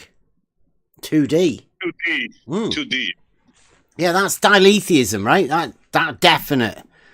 You can have two things that are not the same, both being 2D. Yep. Two truths. Yeah. Unbelievable. Not possible. Everyone knows a circle is 2D. So how can you have the surface of a sphere also being 2D? That's a circle. In Brenda's mind, there is no difference between a circle and a sphere. At least within the surface of it. If that makes any difference about anything. No, I can't possibly think why anybody would be making this argument that Brenda's making. There doesn't seem to be any sense in it. Apart from model affliction. But it's the strangest one. Everyone will have to go through it. If you have a model, a particular model, I don't want to make a bias between any of the models, but if you have a particular model, I'll leave it up to you to decide which one. You will have to end up, if you go down the geometric argument, and you are knowledgeable enough, you can lead people down to this argument. Many people have got to say this. They end up wanting to live on a 2D dimension of a sphere. When everybody knows that 2D is a conceptual plane surface. 2D. Geometry, plane geometry. Yeah, which makes them literally flat earthers. Yeah. Literally. Yeah, no elevation change. Yeah. There can't be. Even if there is an elevation change, that has to be 2D also. It's crazy. Two different dimensions. You have to have a horizontal plane and then the surface of the thing that you're on. That's why we had the tangent to a tangent. A tangent to a 2D surface. Flat. Many years ago, I heard that the flatland argument. Have you ever heard that? Yeah. Well, it's a film, isn't it? A book. Yeah. Mm-hmm. Yeah. It's like a philosophical thing as well. Yeah. 2D t-shirts. Have you never heard of them? Got t-shirt logic. Yeah. Yeah, no, the Globers have got 2D t-shirts. We've had that. I can't even remember who it was, but yeah. That argument was made that the surface of a t-shirt is 2D. And there's only one group of people that are forced into this mentally, right? They've been put there by a geometric argument. It's tough to get around that idea of the geometry and where you end up. It's pretty obvious that if you have a model, you cannot talk about logic and geometry because the terms are so well defined. They're laid out in mathematics and geometry. You can't get around it. Those statements of a radius is a straight line, and that's the distance from the center to the edge of a circumference of a circle, also of a sphere. It's a straight line. You can't get away from these terms of straight and radius, diameter, circumference, square, triangle, circle. They're all geometric terms that are very well defined. And what we're dealing with at the minute is an argument, not an argument, but a statement about the identity of things. You know, the words that people use to call things and identify what it is that is being talked about. That's what we're talking about here, and we will be talking about it more and more, because this is where most arguments are made and where most spellcasters play with arguments. They trick people, the wizards. There are some really clever, talented ones. Brenda's being exposed now because it's becoming too obvious, this particular argument. But try it out. Listen to a little bit more of it. Correct. Dimension to it, so it's a flat. Right. Does a it's like a plane- plane. No, it doesn't have to be sphere flat. is a plane surface, is it? No. Well, that's what a plane is: length and breadth, right? 2 dimensions. Right, and the surface of a sphere With no third dimension. The surface of a sphere has only 2 dimensions. Right? How can it? It's a 3-dimensional object, Brenda. It's not. It's 2-dimensional. No, a sphere is 3-dimensional. The sphere is only it's 3-dimensional. It's in but the book surface, 11 of Euclidean. Yes, but you don't understand. You don't understand. I don't understand. And this is 5th grade geometry, and you don't understand it. And I don't understand. The sphere has 3 dimensions, but might have to redo a you don't understand with this one. Put it back out again. Refresh it. The surface of the sphere put a Buster track has to 2 it. dimensions.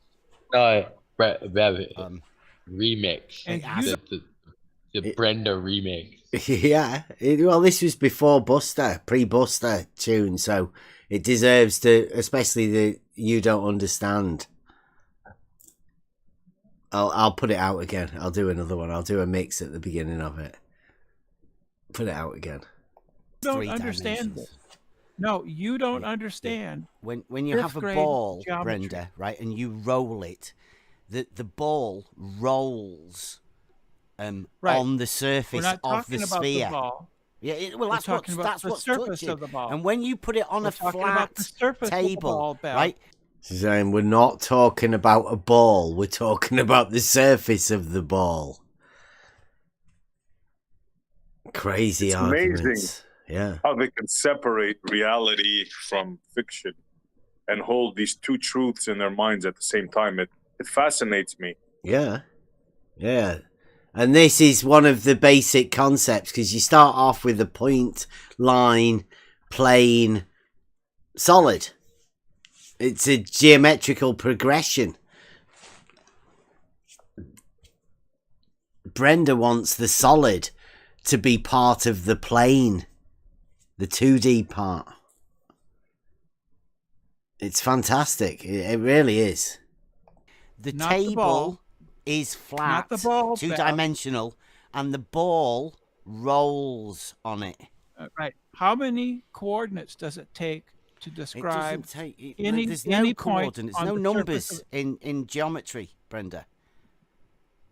Yes, there is. Yes, there is. It's called analytic geometry. But yeah, that's not in this geometry that we're dealing with here. Yes, I know, because you can't understand elementary school geometry. So no, this is the basic geometry. I do really hope that Brenda isn't thinking that elementary geometry is analytical, because that would be a hellish nightmare to be put kids through elementary school. Can you imagine analytic geometry with Brenda at elementary school level? Pure gibberish. Pure gibberish. Brenda.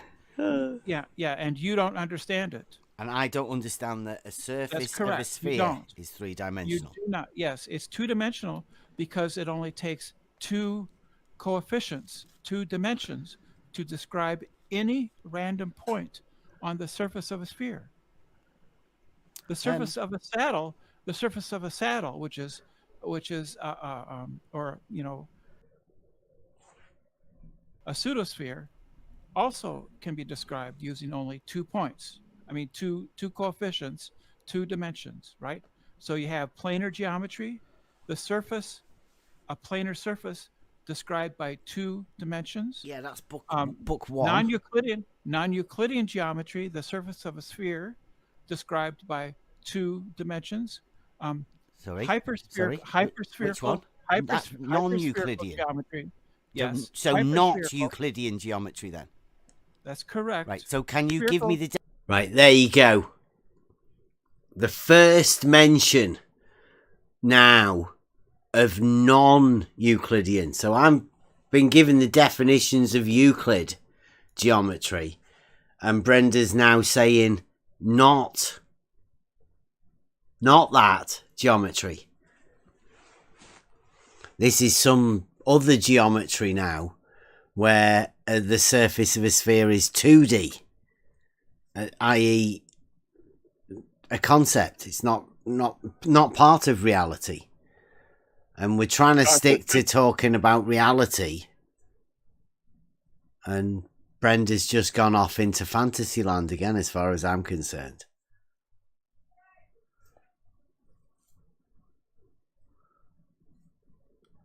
Fantasyland.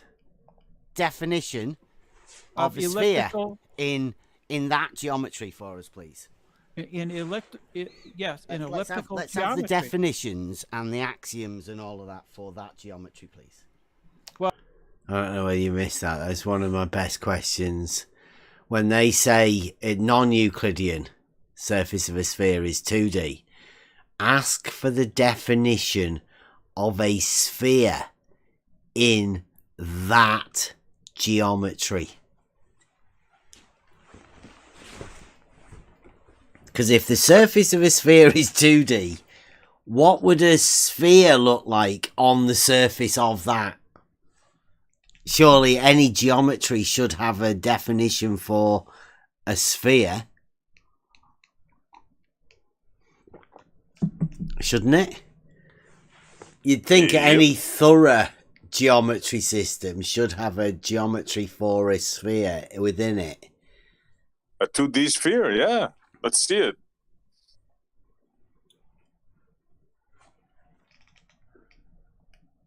Well, one of the axioms is... Brenda, I can show you the Euclidean, right? You said that's basic, right? You then said non-Euclidean, right? Show me the axioms and definitions for that geometry that you're talking that's not Euclidean. I can. You can't? In non-Euclidean, yes, I can. Well, go and get them for us, please. Stop talking about it, Brenda. Stop. No, I know this. No, I don't want to. No, I don't want to hear from you. Yes, I want to look at all I have to do is describe axioms, please. No, you can look this up yourself. No, you. Right, so here we go again. Made a claim about something, and I'm trying to find the identity of what exactly it is we are talking about. And, not surprisingly enough, becomes a little bit difficult yet again. Because I think I sussed out pretty early on within this arena. It becomes really difficult for people to state what it is they are talking about. Because half of the argument lies in obfuscation, hiding of arguments, and confusion. Brenda's stuck in it. You can show it me, because I'm showing you Euclidean geometry, right? You're saying not that geometry. I want to know which not that geometry you're talking about, please. Yeah, I understand. In non-Euclidean geometry, the definition of a parallel line of the fifth postulate is changed from 1 to infinite. What do you mean? Well, Euclid's the definition of a parallel line goes from 1 to infinite. What's that mean? I thought you would have Euclid's postulates memorized by now, right? I do. Euclid's Euclid's fifth postulate says. No, that's the 12th axiom, the one in my book, anyway.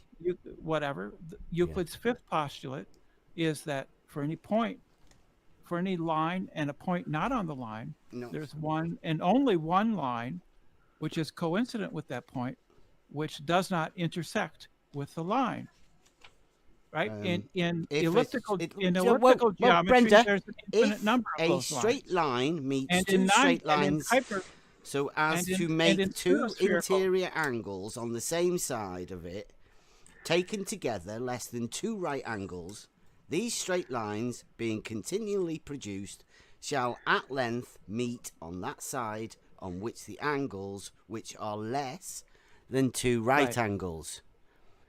So that is the 12th axiom in my book. Right. Okay. Right. I'm just going by the fifth postulate as I learned it, which is that for any line A and a point B, but that's Euclid, right? You're saying not Euclid. Right, but I'm telling you what the fifth postulate is. I know what the fifth postulate or what you think. I'm telling you how it's different. I'm telling you how is it different? Because that says parallel lines will not meet. What's the difference, maybe I could Brenda? say. So the difference is that in Euclidean geometry, where it says there's only one line through the point, not on a line. No, parallel lines do not meet.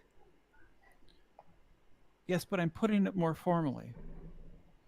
Probably you don't understand that, right? That's the problem. Definitely is that you only understand things as a sacred. So let me just change the language. If you want me to explain how parallel. No, I don't need. Yeah. It's obfuscation, right? Through and through. That needs a playback. That little part there. That was something. Okay, here we go. Okay. Right.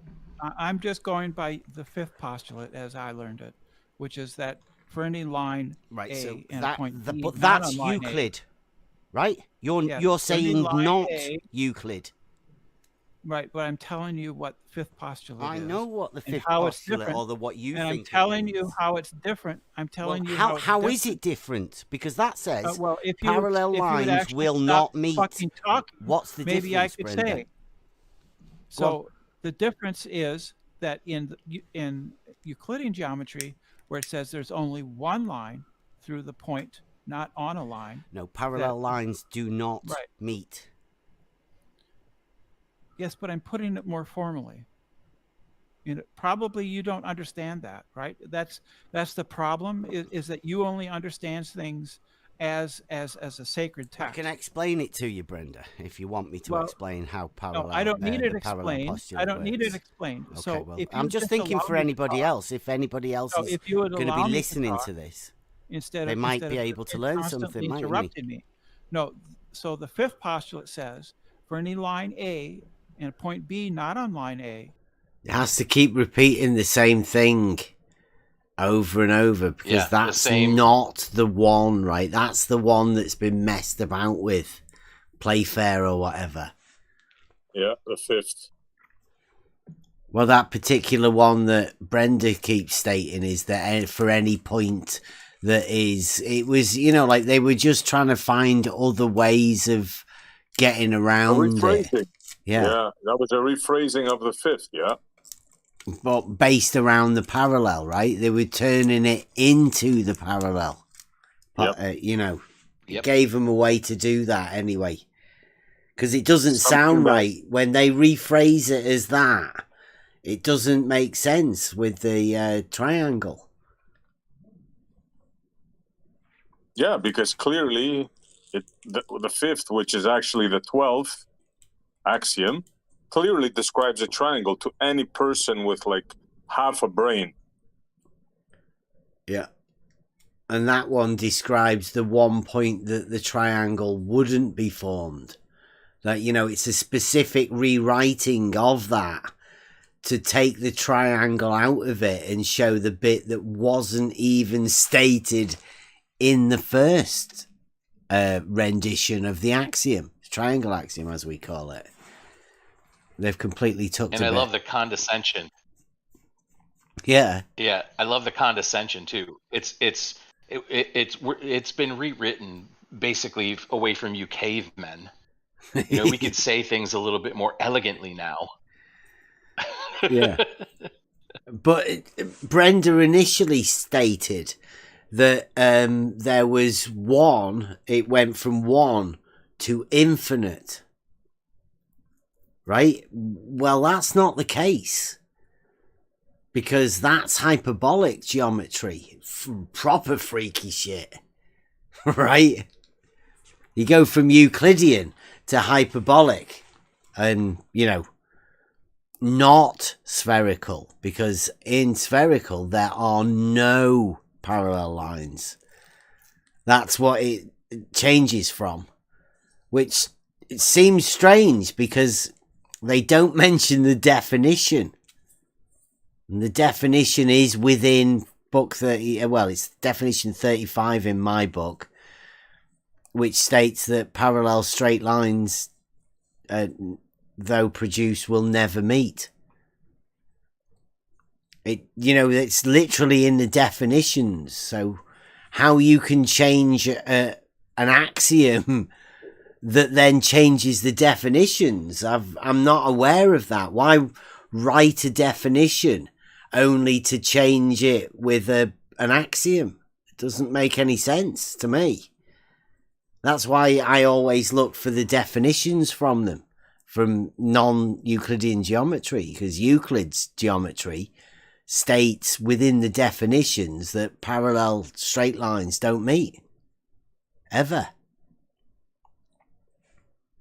And isn't it telling? I mean, that's something that I hope the audience and people that listen to this won't gloss over, right? Every time they are asked for their definitions and their axioms for their non-Euclidean geometry, they have none. Yeah. There are none. They have none. There's none written. There never has been any written. Because it doesn't exist. This is, according to some, right, thousands of years old. Yeah, but it's 1,000 or more years old, this idea of spherical geometry, and it's what we're all living on, right?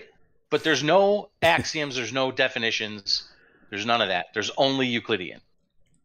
Yeah, it's been completely made up by people in this arena with no understanding of actual geometry, clearly. Because they can't state anything about it. They don't even know what Euclidean geometry is to state not that geometry.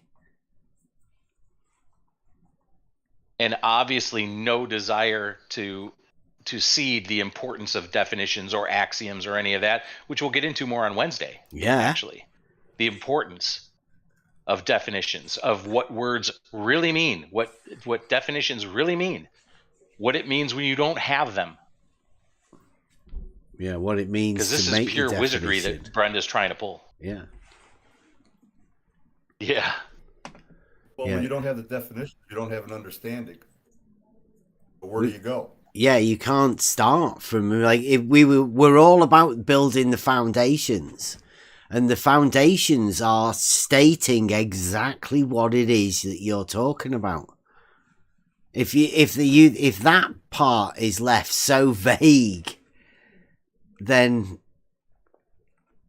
how does anybody know what exactly it is that you're talking about? You can't have a mutual understanding about things if the thing that you're talking about isn't defined to a mutual understanding. Come to terms, let's say. Three people talking about the same thing could be going in three different directions if it's not defined from the start. Yeah. So you can't come to a proper conclusion without those definitions in the beginning, in my opinion. That's what it's all about. Join us on Wednesday, where we will be delving deeper into the identity problem. I mean, it's not a problem to those of us that want to be able to talk about it. Yeah. But definitely not a problem for us. And if you want to learn what will be, you want to get rid of trolls. I mean, you'll not get rid of trolls hounding you, but you might be able to stop a few in conversations that you may have by just knowing a few little things, like asking people to clarify what exactly it is they're talking about, get them to state their argument in a coherent way. We'll do that Wednesday. More There's examples. one and only one line which passes through point B and yet does not intersect with the line A. That's Euclid's fifth postulate. That's not. Yes, it is. No, that's a modern reinterpretation of it, isn't it? So it doesn't matter. It's the same thing. I can read you out the actual one if you want me to. It doesn't matter. It's not a sacred script. It's not, right. Okay. So what is the not Euclidean geometry statement? So in non-Euclidean, in elliptical geometry, right, there would be an infinite number of lines passing through point B, which would intersect with line A. And in hyperbolic geometry, there would be no lines. It's hyperbolic, not... Wrong way round. Not non-Euclidean geometry as well. Is that just a name for a non-Euclidean geometry? You don't know what hyperbolic geometry is? Yeah, of course I do. Yeah, so it's so how do you differentiate hyperbolic from non-Euclidean? Well, hyperbolic I'm sorry, has Bev. negative curvature. Bev, I insist that Brenda asks. Bev, listen, make Brenda answer that last question. The last question you asked her was, is hyperbolic a type of non-Euclidean geometry? Make her answer that with... Yes, it is. Yes, it is. Right. Thank you. Yes. In hyperbolic geometry, the space has when you say non-Euclidean, do you include hyperbolic, or do you just add that on afterwards for... It has negative curvature everywhere, says Brenda. Think about it for a moment. Everywhere. Is that even possible?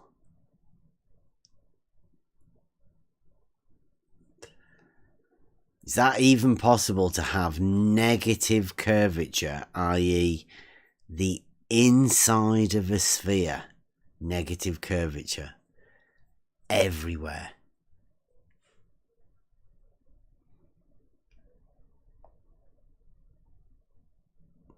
Listen to it again.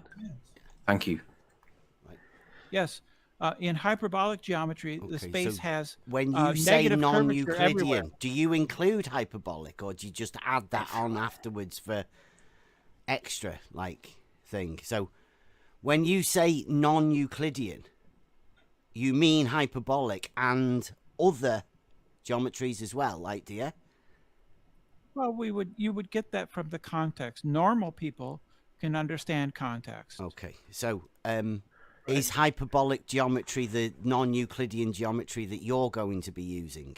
No. No. Okay. We're talking about a sphere. Which is the non-Euclidean geometry that you are going to be using, Brenda? It's spherical. It's spherical geometry. Okay. Right. Okay. Because we're talking. Because you asked about. Because you asked about the surface of a sphere. The surface of a sphere, right, can be described by only 2 dimensions. Therefore, it is 2-dimensional. Yeah, but you do have a problem, don't you? Because the framework of that...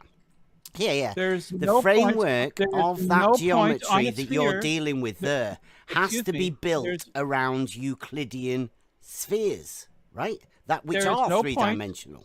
There's no point on the surface of a sphere that can... I don't know whether that point was made there or not. Even if Brenda wants to have spherical geometry mathematically as a conceptual 2-dimensional surface, then in order to build the framework to put that 2-dimensional surface on, you need a Euclidean 3-dimensional sphere. You have to.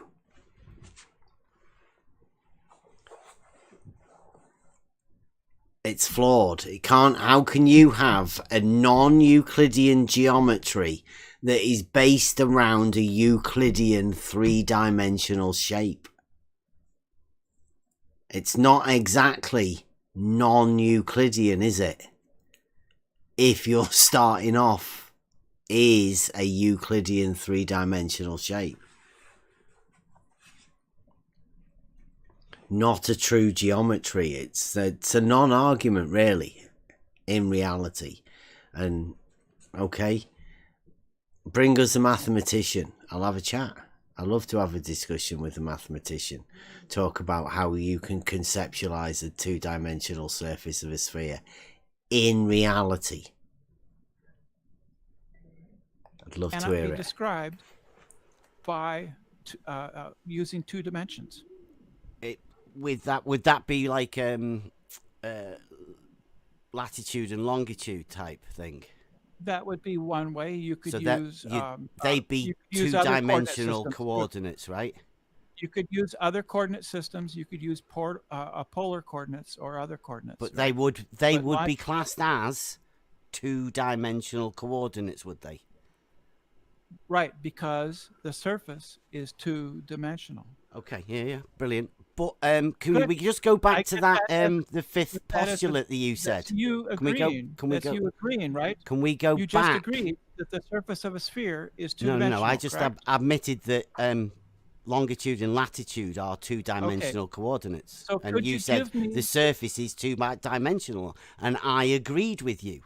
Yes. Could you give me Can we go back? Can we go back to the postulate that you said? The fifth. No. You said it changed from Euclidean to non-Euclidean somehow. How's that? You need to.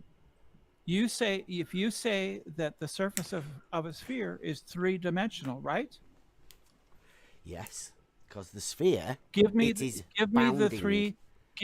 3 dimensions. Length, breadth, and height.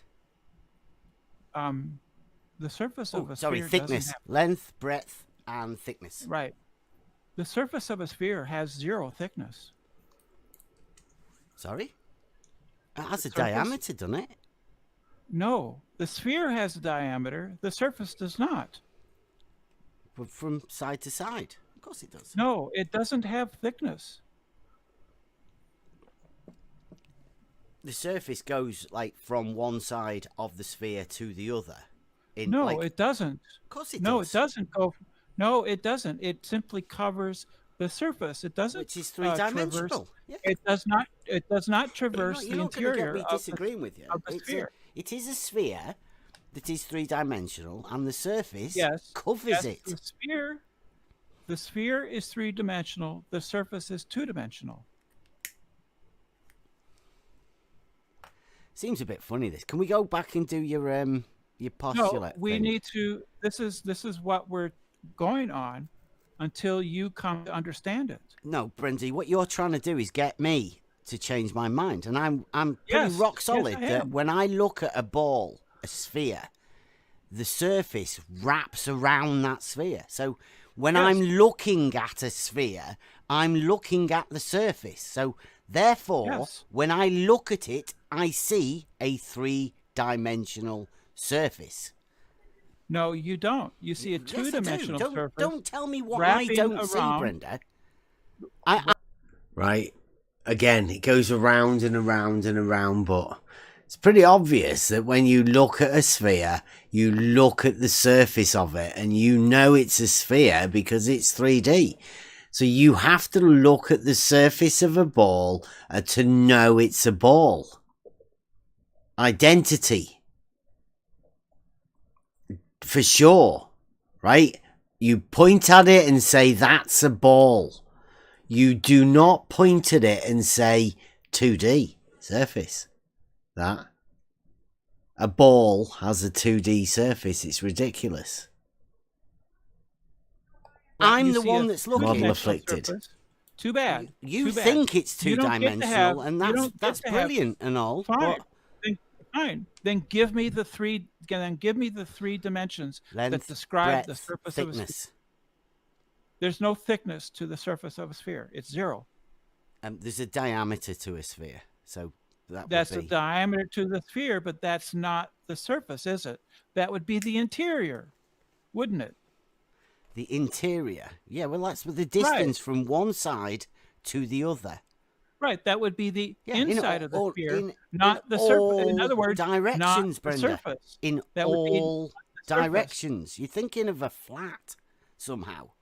No, I'm not thinking. Yeah, of flat. you're thinking of a plane. No, I'm not. Yeah. No, I'm not. You're getting confused with reality that you see that is on a plane, and you're then thinking that has to wrap around a ball. So therefore, what I see is a plane, and that must wrap around a ball. Therefore, two-dimension of a surface of a sphere must be two-dimensional, right?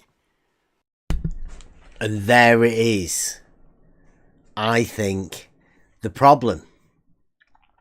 Longitude, latitude, two-dimensional. They see maps, two-dimensional. They know what 2D is. They know plane geometry, i.e. the first 10 books of Euclid. Plane geometry, 2D. They have to, because that is obviously what occurs. Grid reference system, plane coordinate systems, plane surveying. That's what they see, and they have to relate that to the surface of a sphere, because model Affliction has put a ball there in their mind, but they have to relate 2D to it somehow. This is how they do it.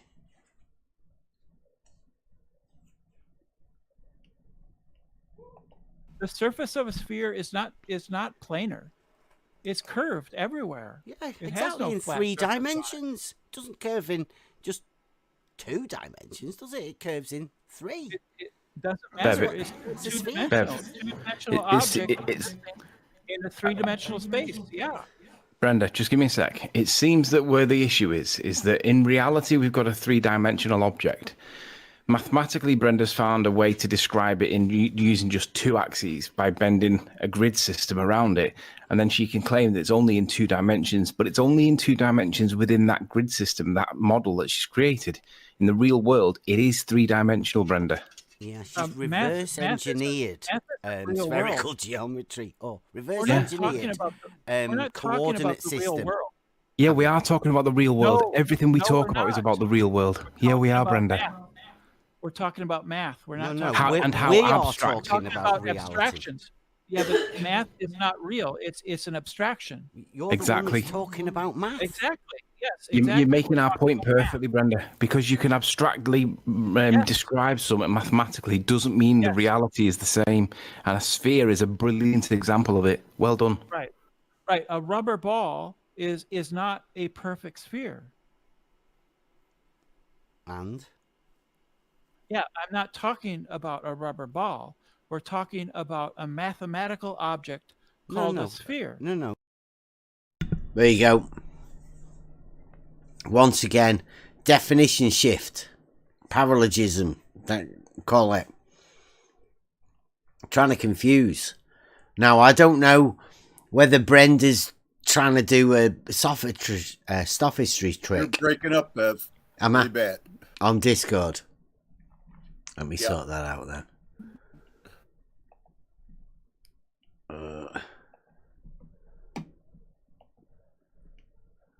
How's that? Is that any better? Much better. Much better. Jolly good. Can't have Discord sorting that out. Not getting this stream right. Right, so yeah. That is what I would call a paralogism. And it's a definition shift. Brenda's just decided to swap between the sphere that we all know we're talking about, 3D reality sort of sphere, and now conceptualizing it within a mathematical framework. Well, we can't speak of something that is in Brenda's imagination. It's something that doesn't exist. We can't talk about it. We we're talking about a sphere, a reality sphere, 3D. Trying to explain about Brenda how it's impossible for it to have a 2D surface because 2D is a plane surface, and Brenda's just completely flipped it around now to something that we weren't talking about. Happens a lot, this. No, which has a two-dimensional We're talking surface. about an actual sphere in reality. No, yeah, we no, are. We're not. We are. No, we're not. I know you No, don't we're like talking the thing. about- You don't like reality very much. It's No, imaginary, right? I love reality, and Okay. and this is the description. These are abstractions. These are abstract concepts which you have extreme difficulty with, elementary school concepts. So a sphere is a three-dimensional object which has a two-dimensional surface. Only if you use a bendy line geometry coordinate system. Yes, in reality, it's still Brenda. It's still three-dimensional in real world, and that's what we're talking about. In elliptical geometry, lines are called great circles. Great circles are lines. What's the fifth postulate, Brenda? What's the fifth postulate, please, Brenda? I've just realised if we apply Brenda's grid coordinate system and describe it as two-dimensional, that means you can't distinguish between a sphere and a circle, because a circle's got two dimensions on the x and the y axis, but your sphere's also got two dimensions. So how would you distinguish mathematically between the two models? They are topologically equivalent. So then you can't distinguish between a sphere and a circle. Did you hear that? They are topologically indifferent. Let's have a go back again. In elliptical geometry, lines are called great circles. Great circles are lines. What's the fifth postulate, Brenda? What's the fifth postulate, please, Brenda? I've just realised if we apply Brenda's grid coordinate system and describe it as two-dimensional, that means you can't distinguish between a sphere and a circle, because a circle's got two dimensions on the x and the y axis, but your sphere's also got two dimensions. So how would you distinguish mathematically between the two models? They are topologically equivalent. Topologically equivalent. And isn't topology like mountains and stuff?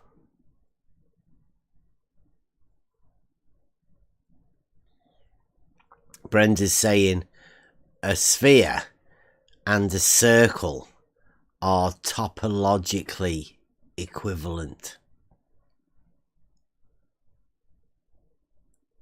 For reals, yo. Even though one of them's 3D and the other one's 2D. To Brenda, they're both the same. So are you saying you don't believe in dialetheism? How would they answer that? I don't know what that is. Can't see it. Don't try and explain it to me. I'm not listening. So then you can't distinguish between a sphere and a circle.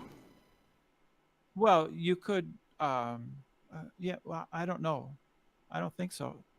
There you go. It has a two-dimensional surface. Well, one way is that...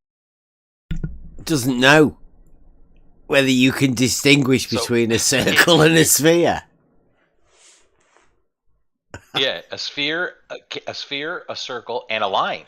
Because she said a circle, a great circle is a line. Yeah. So those are all the same thing in Brenda's mind. Yeah. A sphere, a circle, and a line. Yeah. All the same thing. Yeah, they're equivalent. You can't tell the difference. Yep. Topologically equivalent. Yep. Like, come on. Wow. That on the surface of a sphere, you know, you can have three right angles, and they will on a triangle that will add up to greater than 180. And that's not true on a planar surface. On a planar surface, the point I made though is but Brenda, do you want? And they will between the two models? They are topologically equivalent. So then you can't distinguish between a sphere and a circle. Well, you could. Yeah. Well, I don't know. I don't think so. There you go. It has a two-dimensional surface. Well, one way is that on the surface of a sphere, you can have 3 right angles, and they will on a triangle that will add up to greater than 180. 3 right angles that will add up to greater than 180. Well, yeah, 3. 2 add up to 180. So 3 will always add up to more than 180. And that's not true on a planar surface. On a Yeah, planar but surface, the point I made though is but Brenda, do you want you can have on a planar surface the interior angles of a triangle will add up to 180 degrees. Sure. On a spherical on a non-Euclidean spherical surface, it's greater than 180 degrees, and on a hyperbolic surface, it's less. So Brenda, let's just push your concept to your abstract maths So art stage. that's how you would distinct. That's how you would tell. Okay. If you're on the surface of a sphere, and that is in fact one way that we can show that the Earth is in fact round. This one, Tony. It's by showing. Right. I nearly missed that. Brendan says you can actually show that, right? It's Gaussian curvature, and you can tell. Gauss did say that you can tell what surface you're on or what geometry you should use by the amount of angles within a triangle. And as we all know, triangles have 180 degrees, and according to what Gauss said, you should use Euclidean geometry always. When triangles have 180, Euclidean. So if you want to use any other geometry, Gauss suggests you should measure a triangle with either less or more than 180, and then you could use a different type of geometry.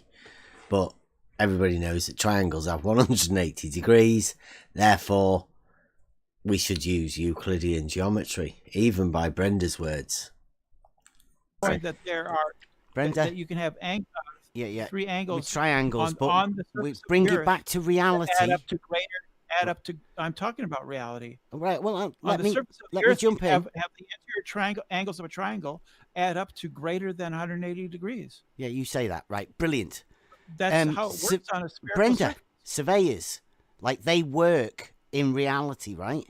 Now, when they measure and they do triangulations for measurements, do they have more than 180 degrees when they measure the triangles on the land? Yeah, I don't know anything about surveying. Well, they're triangles, right? So you just said if you want to work out the angle, the surface that you're on, you measure the interior angles of a triangle, Gauss, right? So when the surveyors are out in reality with their theodolites measuring angles and triangles and distances and stuff, do they measure more than 180 degrees in their triangles? I don't know. You could have Jesse Kozlowski come in and talk. I don't know. Oh, right. But you just claimed that there was a way of you knowing what sort of a shape you live on. But you don't know whether that would happen or not. Oh, it does happen, and people have measured it. So they have measured more than 180 degrees in triangles? Yes. Right. Who? Three 90-degree angles. 3 90-degree angles. They've measured 3 90-degree angles in a triangle, have they? Yes. Measured in, like, surveyors? Yes.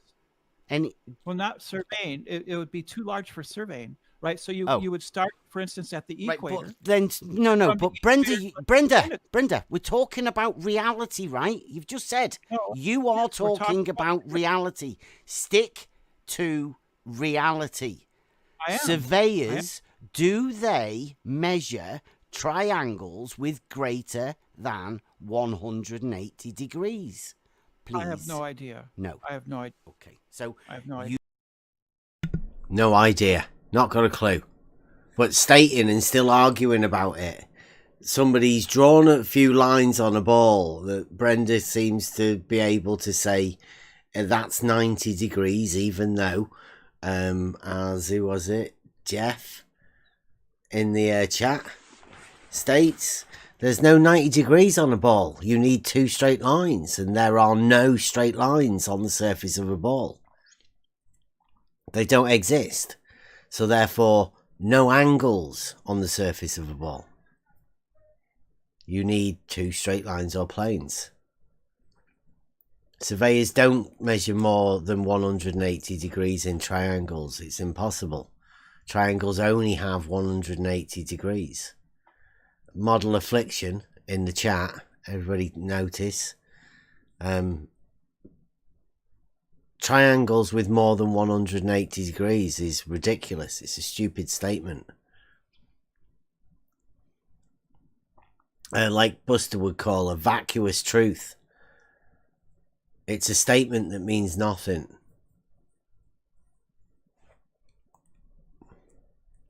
There's no point for you to bring that point up then, is there? This is the point of surveying. What? This is the point where you can. You've just said you don't know, so why do you bring it up? I don't know about surveying. I do know. Well, why do you bring it up then? Because this isn't surveying. What isn't surveying? The reality of geometry. What you're not letting me talk about is what's not surveying, which you know, and you're not letting me talk about it because you're afraid. So you start from the equator, right? And Brenda. You go to make a 90-degree you're angle on from the a model there, aren't you? Just a minute. Just a minute. Is this on two-dimensional coordinates? Definitely not. You know, if you're just going to... It's not doing reality here at this point, are we? Unless we're talking about the reality of Brenda drawing lines on a ball, then there's got to be some sort of element of reality involved in that. But then again, that makes it not 2D. It sort of nulls her argument. Continue to interrupt me. I'm going to leave. Well, that's what you're here for, right? That's what I'm here for. Right, is to get one over people that you don't like. Sorry?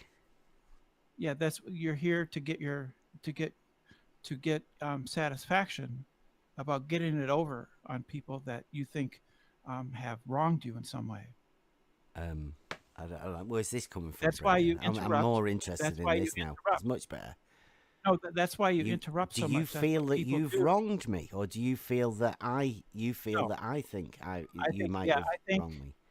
I think that this is your way of getting back at people for some unknown reason. What? Is anyone aware of what's just happened? There's been a flip in this. Somewhere along the line, Brenda's now changed an argument that wasn't really an argument to start off with, but now is turned into snowflake roll or something. It just sort of changes whatever. I don't know. Yeah, I'm going to guess you're getting towards the end because she's looking for the door. She's looking for the There's door. There's another 15 minutes left. So, you know, there's a change happened there. Now, I would suggest that the argument doesn't go back to that, and it is a complete flip now, because it seems like we've hit a button there. Like you say, I think Brenda's on her way out, wanting to get out now.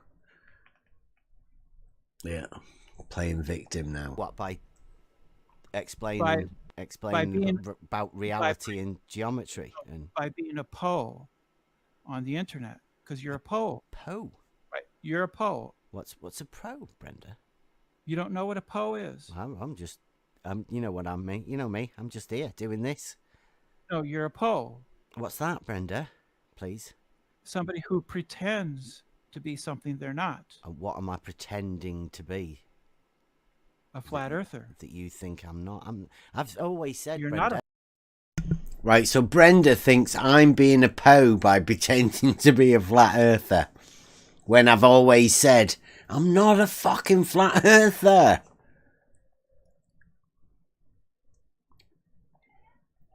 Brenda's imagination of what I am is what's leading Brenda to do this. And she's flipped now into some sort of defense mode. And the defense that Brenda's using is to call me a flat earther to try and get some sort of I don't know, an argument out of it to change. I'm guessing Brenda's realised something's gone wrong within what was the poorly formed argument that Brenda had. Now has to flip it into the you're a flat earther thing. I'm not. No, because there's topography, mountains and valleys negate flatness. But nobody thinks that that's no flat earther thinks that because we have valleys and mountains that the earth isn't flat. Nobody thinks that. You think the surface of a sphere is two-dimensional. That's pretty much the same, isn't it? No, it's not the same. Yeah, but there are no. That's the way I see it. The mountains and valleys, let me give you a hint. They're three-dimensional. They're not. It's too good, isn't it? Right? At that point, the realization, really you just called me a flat earther because you're projecting. I think Brenda's just realized. Shit. Yeah. Well, she did say there's no thickness to the surface of the 2D surface of a sphere. And topologically, a circle and a sphere are the same. Right. Yeah. Looking for the door now. Bigly. And just for anybody listening, this is one of the reasons I say I'm not a flat earther. Because if you can come at somebody like Brenda with the geometric argument and Brenda turns into the 2D earther, then I'm not a flat earther, but Brenda's the one that's crowing about a 2D surface that Brenda thinks he lives on. Real flat. Really weird. Let me give you a hint. Real flat earthers are not distracted by the fact that we have mountains and valleys. They think that the earth is still flat, even though there are hills and valleys. Okay. They know that. There you go. Real flat earthers still think it's flat, even though they know it's not flat. It's like Brenda's trying to dump her diletheism onto this other group of people. It's projection. Yep. All the way, isn't it? Total projection. Yeah, because she's the one who's saying that it's a 2D surface, isn't it? Yeah. Which to us is planar. So who's I think it was like SE was saying, who's the flat earther? Who's trolling who? Who's the flat earther here? Really? Yeah, one of the best arguments or things of discussion. But be careful who you bring it up to. It'll get you not talked to. Real globe earthers, you don't do they know think that the because you're not surface of a very sphere smart. is two-dimensional? You don't know that because you're not very smart at pretending to be a flat earther. All right, I'm not pretending to be me correctly enough. No, you're pretending to be a flat earther, but you're not smart enough to pull it off. Brilliant. Can we go back to reality then? Sure. If you take a right angle from the equator, go north to the North Pole, take another right angle, and go back down to the equator again, and then back to your original point, you have a triangle with 3 90-degree angles that add up to greater than 180 degrees. And that's how you can know that we live on a globe. No, that's how you know you've just done geometry on a ball. Yeah. Yeah. Yeah, you like that. That's how I know that you've just drawn lines on a ball, at least in your mind. Because you picked up a ball up and you're talking about poles. That's something that does not exist on a ball. A ball, a sphere, does not have a pole. model Affliction 101. Neither does their ball when they're talking about it, because you're always on top, aren't you? So Yeah. there is no pole. What pole are you talking about? The one at the top? Oh, the one that you're standing on? When it's you individually? That one? That pole? Then everywhere is a pole. Every position is a pole. Yeah. Oh. Yeah. Yeah, but and you can do they do that in reality, right? Yes. We'll check with Jesse, right, that he measures triangles with greater than 180 degrees, because if he does, then he would be validating what you say. But if he doesn't, and like I suspect, triangles only have 180 degrees in them. Well, triangles. Otherwise, they're not really triangles, as far as I'm concerned. Right. So here's the and we never got to talk to Jesse, obviously, because Jesse wouldn't be able to tell us that he measured triangles with more than 180 degrees.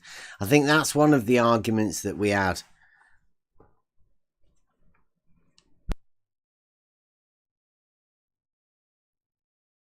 I am.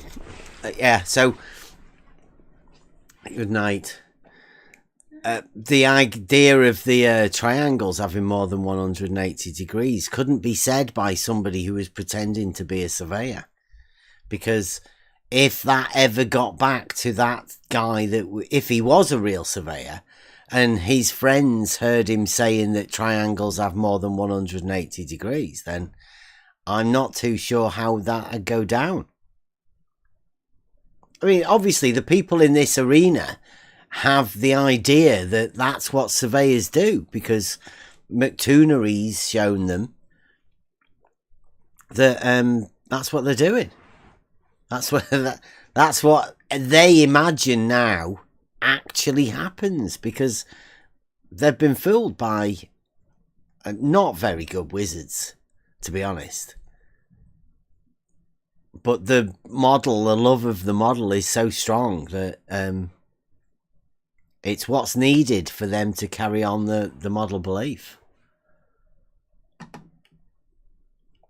No, that's you trying to think. Triangles have 3 straight sides and 180 degree internal angles. That's what I know about triangles. Not in non-Euclidean geometry, they don't. Oh, okay.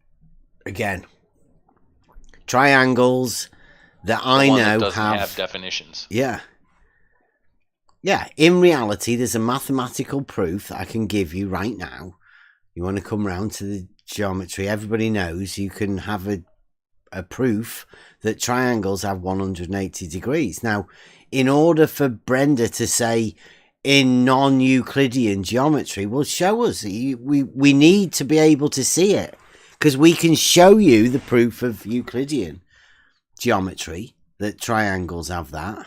We can show you the definition of the triangle. We can show you the definition of a straight line. We can show you the definition of an angle. They're all there. And they all fit together. They work perfectly. Perfect synchronicity. All of them. One follows the next. That follows and it follows. There's a triangle. Everybody knows what a triangle is. Brenda's argument is not that.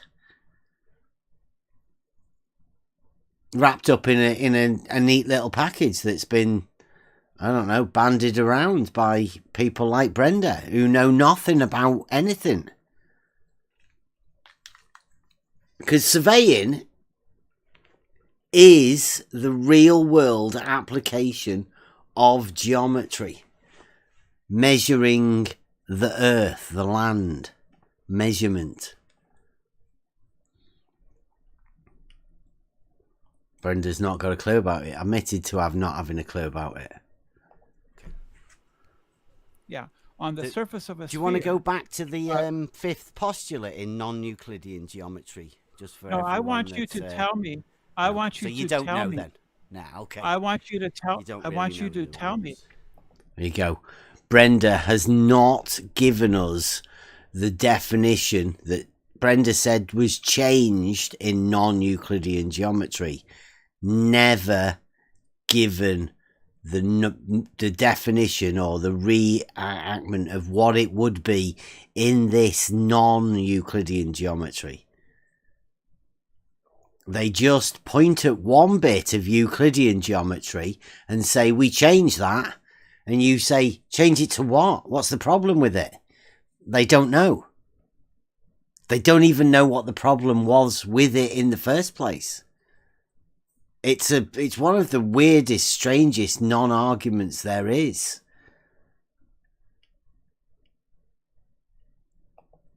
I want you to tell me the 3 dimensions of the surface of a sphere. Length, breadth, and thickness, as defined. How many times I've done that? 11. The book doesn't say anything about a surface. The book doesn't say that the surface has. The book doesn't say the surface has thickness. That which bounds a solid is a superficie. Surface is a surface. Yeah. Right. It doesn't say that that surface has thickness. Yeah, but there is a dimensionality to it. No, it doesn't say that. What? It doesn't say that a surface of a sphere has dimensionality to it in 3 dimensions. Yeah, definition 2 says nothing about the surface having thickness.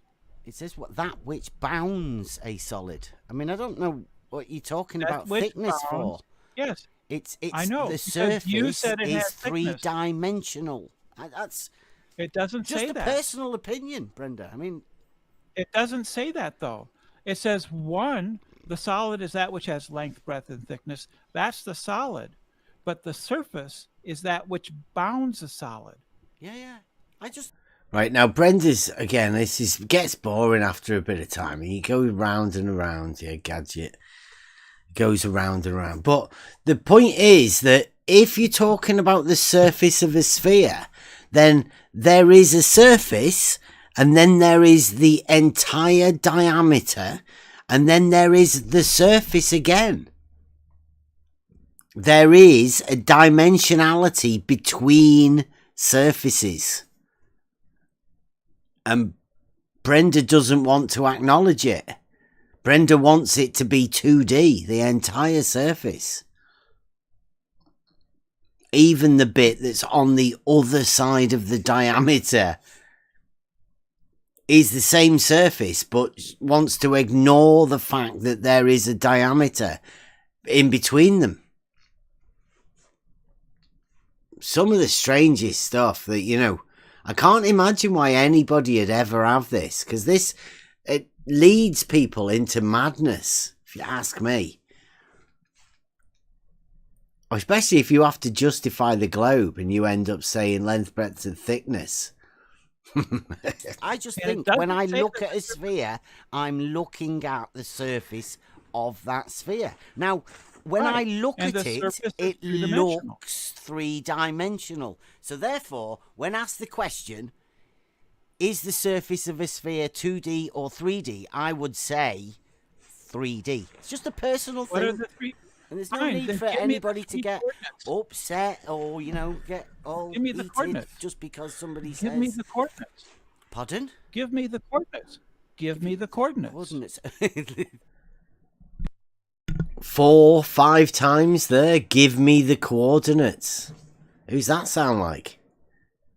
What coordinates? Crazy. Of the surface of a sphere. Yeah. It's a sphere, isn't it? You can. No, it give rolls me the about. coordinates. It rolls about. I know it. No, the sphere does. Give me the coordinates. Do you want? Should we fix it upon an axis? Give me the coordinates. Define a tilt to it. Give it a vertical and a horizontal, should we? No, we're talking about the surface. Yeah, not if for the a sphere, you would have to, in order to give coordinates, you would need to fix it about an axis that it was steady on, wouldn't it? Stop it from moving. No. Of course you This would. is You'd need to say, here's your start point. Mathematical objects don't roll about and they don't need fixing. We can assign a 2D object don't roll about. I'll give you that. 2D objects definitely don't roll about. Give me the coordinates.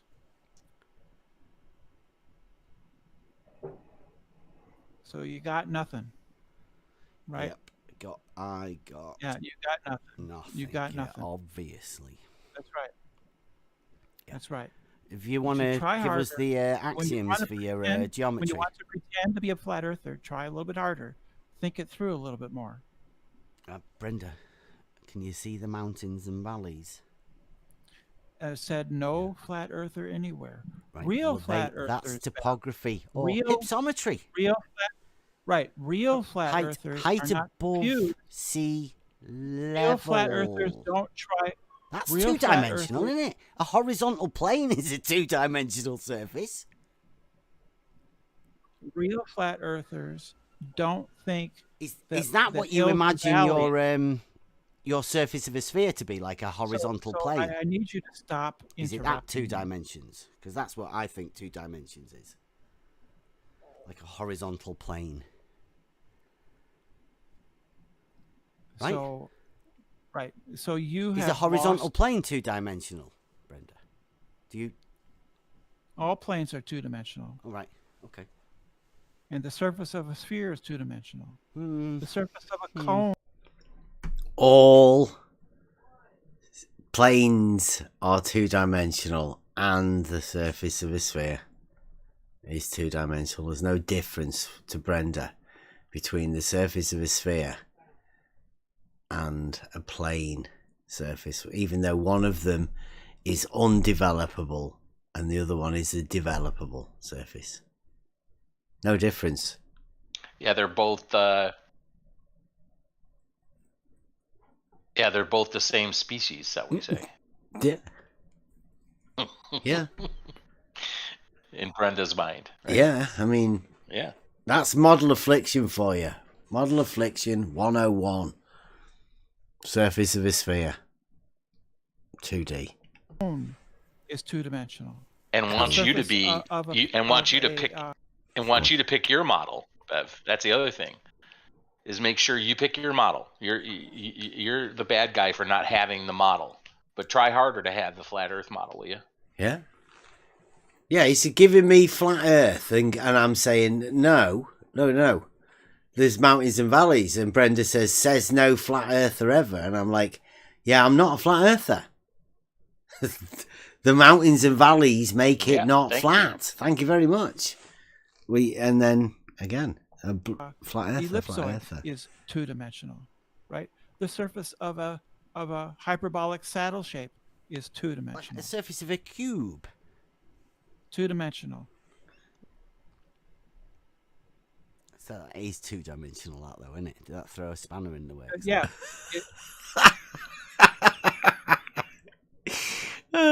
Ask about a cube, and then knowing that the surface of a cube is just a load of squares, which are actually 2D. Brenda thinks a cube is the same as a sphere. Dimensionally, that is. Is a cube, the surface of a cube is 2-dimensional, right? Yeah, because they're individual squares, aren't they? They're 2-dimensional shapes, right? Not, what do you mean individual? What do you mean individual? They're not individual. The surface is, yes, of a cube, Brenda. Yes. Right, it's flat, right? 6, and planar. Isn't there? It's flat 6, and planar. All square. Squares have it's what? What's the? It's 2-dimensional, correct? When we say square, yeah. You can unfold four right angles, 4 similar sides. Can you think of any more? Bev. The diagonals, both of the diagonals are the same length, and they intersect perpendicularly. I need you to focus. Ooh, Bev, actually, the sides of a square also have parallel. Bev, I'm talking to you. Please respond. So if you take a cube, you can unfold it, and it can be a 2-dimensional plane, right? Yeah. Right. So the surface of a cube is 2-dimensional. It's loads of squares. Yeah, I can see that. Yeah. So It doesn't roll. Like when you put it on a two-dimensional surface, it goes flap, flap, flap, flap, because the two-dimensional surfaces meet. So you it doesn't roll because they're two-dimensional surfaces. When I'm talking, I want you to listen to me. Please. Why is that? Do you think you've got something that's worthwhile for people to hear? Well, that's what a conversation consists of. Okay. Right. So I would like you to listen to me. So the surface of a cube is two-dimensional, and you agree to that, right? Yes, it's squares. They're two-dimensional shapes. Right. And the surface of a sphere is also two-dimensional because you can unfold it rolls. No, you can unfold it. I mean, the denialism is ridiculous, isn't it? That's got to be diletheism, paralogisms. That's not sophistry, is it? No, this is parasophistry for sure. For sure. She's bullshitting and she knows it. Unfold a sphere? How's it going to unfold a sphere? It's the same as a cube. Dimensionally. It's crazy. An undevelopable surface, the same as a developable surface. That's why one of them's undevelopable and the other one's developable, because they're both 2D. I mean... that you can unfold it into a flat surface. You can unfold a sphere into a flat surface. You can unfold the surface of a sphere. Can you? And can you put a coordinate system on that? Yes, you can. A two-dimensional coordinate system. That would be a polar. That would be a polar coordinate system. You could do that. Yes, you can. Ooh, polar coordinate system. That'll come back again because somebody in the video I'm cutting up at the minute also mentioned about a polar coordinate system. Can you remember that? In a pipe. It's what he used to try and falsify horizontals being parallel. It's quite an interesting video. I'm just cutting it up at the minute. Well, not cutting it up, fixing it up, ready for production. Right? So you agree that a square is two-dimensional because you can unfold the square into a flat plane, and the surface of a sphere is also two-dimensional because you can unfold the surface of a sphere onto a two-dimensional plane. Wow. Oh, you're back from work? Yeah. Yeah, sounds like it.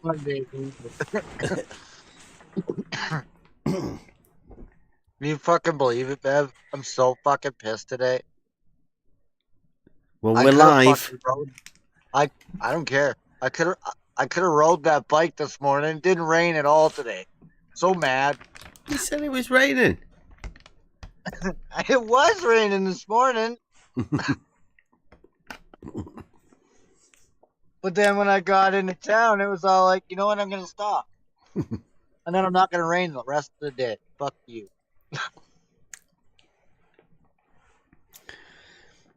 Yeah. Sorry, YouTube. I had a little bit of it. I have to rewind this bit. Can. Right? So you agree that a square is two-dimensional because you can unfold the square into a flat plane, and the surface of a sphere is also two-dimensional because you can unfold the surface of a sphere onto a two-dimensional plane. Are you playing a video? Yeah.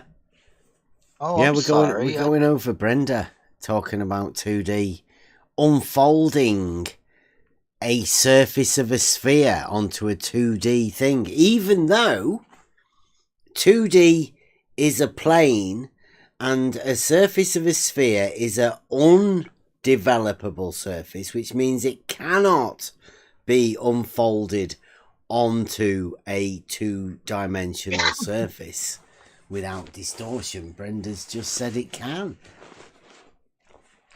unfold a sphere? I'll see what he's got to say then. How can you unfold a sphere, people? Come on. I would say no. No, I think it's three-dimensional. But I mean, if you think you can, that's possible, then. Well, then what's the third dimension? When I unfold or project the surface of a sphere onto a two-dimensional plane, tell me the third dimension. I don't know how you do that. How you project a surface of a. You're the person. You're the one that claims to be this geometry guy, and you don't know how to project the surface of a sphere onto a two-dimensional plane. It's turned from folding to projecting now. I don't know whether people notice that. Sophistry, that was a pure definition shift of the subject matter that we were talking about has just changed. Again. No, you don't know. Gets too much. You're the one claiming to be the. I understand how maps work and hypsometry. He's also putting you in the place of authority.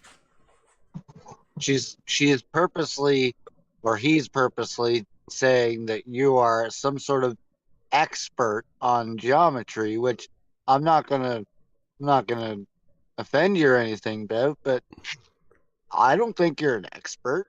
Do you think you're an expert? No, we like try to stay with the really simple shit. Right. I mean, you don't want to be the expert because then, man, you're going to be so watched, looked at. You can't make mistakes. You got standard to uphold. Yeah. There's only Just a be couple careful. of minutes left. Yeah, well, a 2D, the fact that Brenda thinks you can unfold an undevelopable surface onto a developable surface with no repercussions is just amazing. I don't even know how much Brenda's looked into this. It looks like Jesse Kozlowski should have been around here teaching some people about some things, but it looks like they're all lost. They have no geometers to help them. None.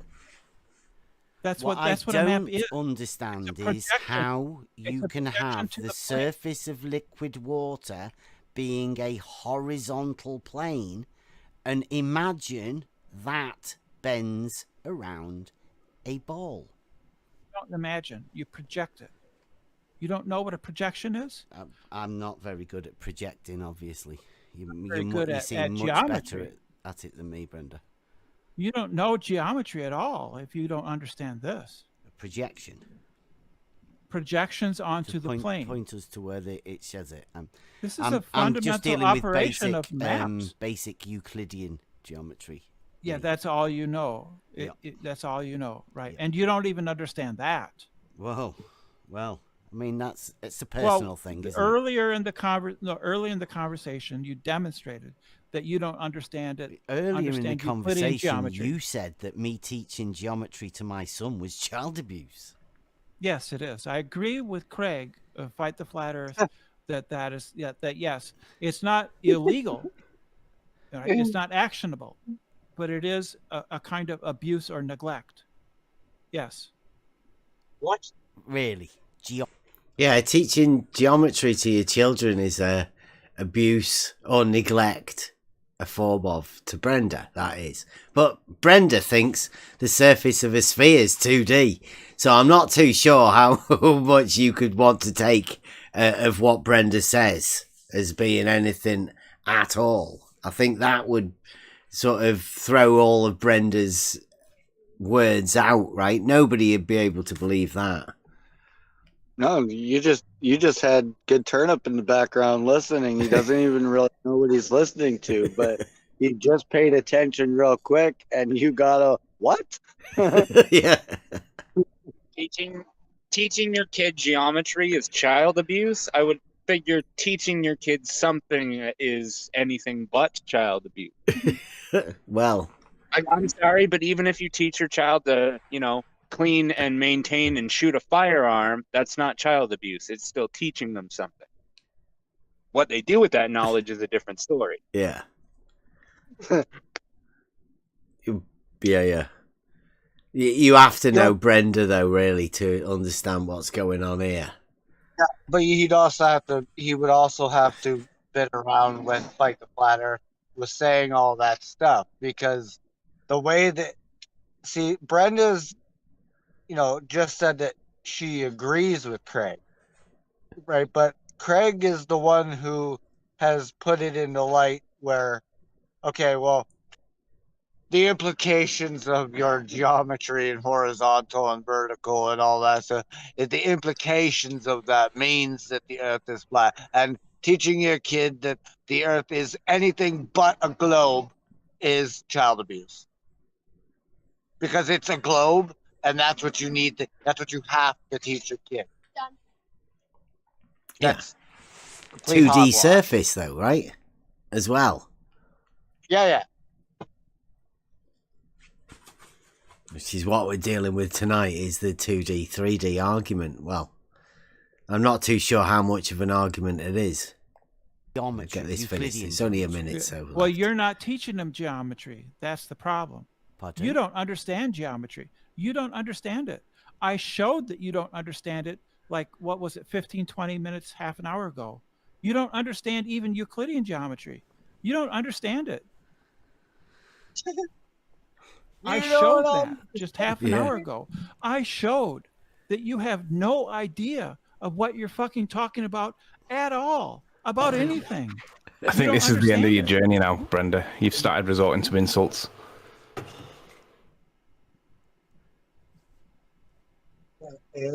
Was, or simultaneously both. We haven't quite figured out what Brenda. Go on, give us a quick look on which is the most abusive part about Euclidean geometry.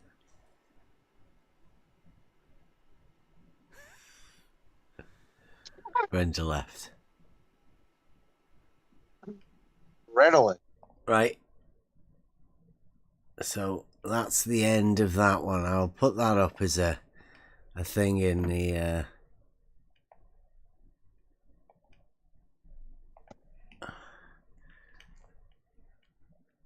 write up to this video if anybody wants to watch it again, to go over it as a video. I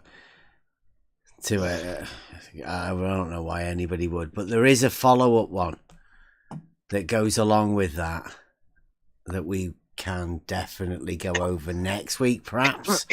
And that is when Brenda came back after finding out that I'd called that video Make sure you tell people flat balls.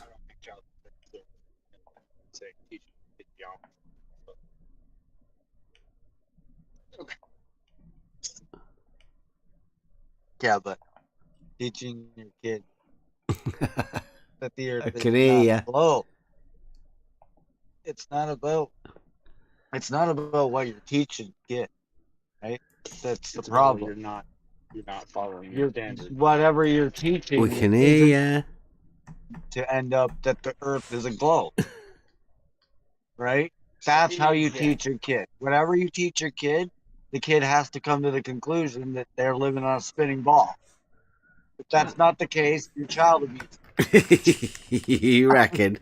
Only to Brenda, not normal people. Oh, sorry. I was talking to Joel. I did. Yeah. He was asking me what the whole big deal was. He kind of thinks that it's wrapped around, just flat Earth, but it's not just flat Earth. You could come at this from any fucking angle. It's the pure fact that when you teach your child in today's society, that child, for some fucking reason, no ifs, ands, buts about it, that child has to come to the conclusion that the Earth is a spinning ball. If that is not what the kid comes to, you taught him wrong, or you're child abusing. The idea that there is a set standard for what a child can or cannot know, you're going to tell me that's not fucking child abuse? You're making criminals by doing that. Like, that's how a criminal is made. You literally show him every single thing that he's not allowed to do, and then you go right ahead and do it right in front of him. That's how you do it. And that's what these people are doing. They'll do whatever it takes. They'll fucking go after your family. They'll go after your image. They'll go after your personal information. Not one of these people have ever fought or debated or argued or had a conversation and kept to the topic. Because the second they start losing, they got to go to some place that they just don't need to go. There's no need of it. You're here for an argument or to stand up for a certain belief or information that you may or may not know. And you're standing up for that. And you're supposed to have facts, by the way. Just so you know, when you come here, standing up for a certain whatever, you're supposed to have facts. You're not supposed to come in here and kind of know and then tell us that we're wrong when we kind of got you on some stuff. That's not how it works. I mean, we've been in this for a little over 3 years. As far as I'm concerned, the process hasn't changed. We figure out what it is that we're going after. We go after it together. Nobody's opinion is tossed to the side, no matter how stupid it is. Because guess what? 9 times out of 10, that stupid idea is the one that fixes the whole fucking problem. Just fucking saying. There's a lot of stupid ideas, though, so you can't go 9 out of 10. I would say 9 out of 10. Right? It's that scene, right? You're like looking at all this destruction, and you're looking at this cage, and it's just an ant. You're like, that motherfucker does all this shit.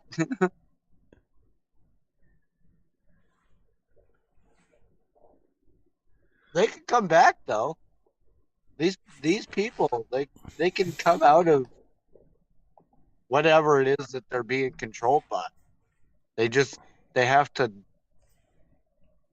be able to come to the conclusion that it's okay for 2 things. One, it's okay to be wrong. And number 2, it's okay to not know. And it's not the end of the world because you can't give somebody an answer to the question that they've asked. It's okay to ask the question also, right? Exactly. Ask the question right back. I mean, to go ahead and try and answer a question for number 1, you don't know the answer to, and number 2, try and make an answer to, you're just gonna look dumb. And then the second that you start looking dumb more than once, I would say maximum about 5 times. Right? But for me, it's roughly 3.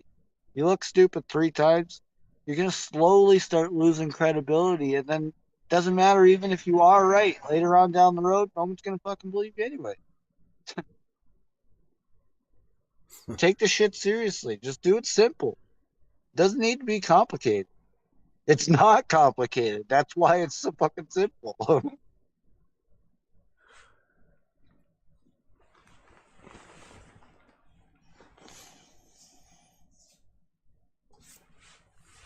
So tonight was about the identity of, well, I'm guessing 2D, but it was to show that the identity of the subject when discussing with anybody needs to be defined, that you can understand what it is you're talking about. Now, Brenda obviously has a diletheism problem. It's a paralogism. Cannot tell the difference between a circle and the surface of a sphere. That's a problem. Yeah, it's a big problem. It's honestly, it's fucking crazy. Some of the things, even just good turnips, been listening to, like just being outside on the deck for 5 minutes just to have a cigarette and go back inside. That's some of the things he's had to hear, especially from Angel the last little bit. He sometimes wonders how I can stay out here and just talk. Just listen sometimes, talk, but just stay outside and just basically sit here and do nothing and learn. He doesn't understand what's so, like, how can you do that all fucking night? And it's not that it's not even that I control it anymore. You know, your brain wants to learn, and once your brain finds something that's so amazing, I feel that I can learn almost anything here. And it doesn't have to be level as horizontal. I mean, I still forget what the fuck it was. I still forget what it was.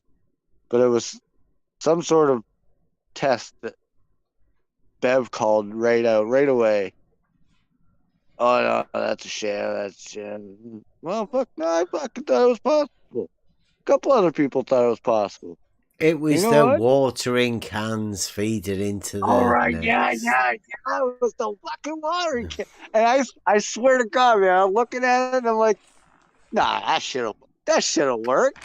But I was like, nah, you're fucking crazy. That shit won't work. Well, fuck this. Let's try it. Like, so we fucking tried it out. No, nothing doesn't work. But hey, I went and tested that. we I went wouldn't down in my know basement. I if got we one of didn't at them least things just to make sure. try to do it ourselves. And now, when someone says, hey, you think these watering cans are going to be able to do that? You'll be like, fuck no. That shit is not going to work. With conviction. Because you did it. Yeah, I remember that. That was a science thing from Twitter. Yeah. Known for doing scamming shit. And I was just checking whether you guys saw it or not. Yeah, right away. Nah. That's how easy it is to fool people. Yeah. When you can fool people who are, at least make you question something that you've never seen before, right? To make you realize that, that there is a way that you can test it. And if you don't test it and then go on believing it's true, then you can be fooled. Easily. You can be fooled. And then, like I said, once you look like a fool too many times, you start losing credibility. And then people don't believe anything you say. Doesn't matter what you say. You could be right. You could have all the facts now. You were wrong too many times before. And I hate that. I still don't think that there's anything wrong with being wrong or not knowing something. Because, and this is an appeal to authority. Just because you don't know it, somebody might. But the chances of that person being in your vicinity so that you can go and learn that shit is probably slim to none. So just learn it yourself. Try it. Learn. Fuck, skills are a very shy thing nowadays. Just normal, everyday skills. Critical thinking. Yeah. Reasoning. machines are taking over you guys' lives. You're not being able to utilize your bodies, your minds, your brains. You're losing all. I would say out of the 5 senses, I'd say we got like maybe one left. Well, the thought muscle has been taken away from people. It's been put into books so people don't need to think anymore.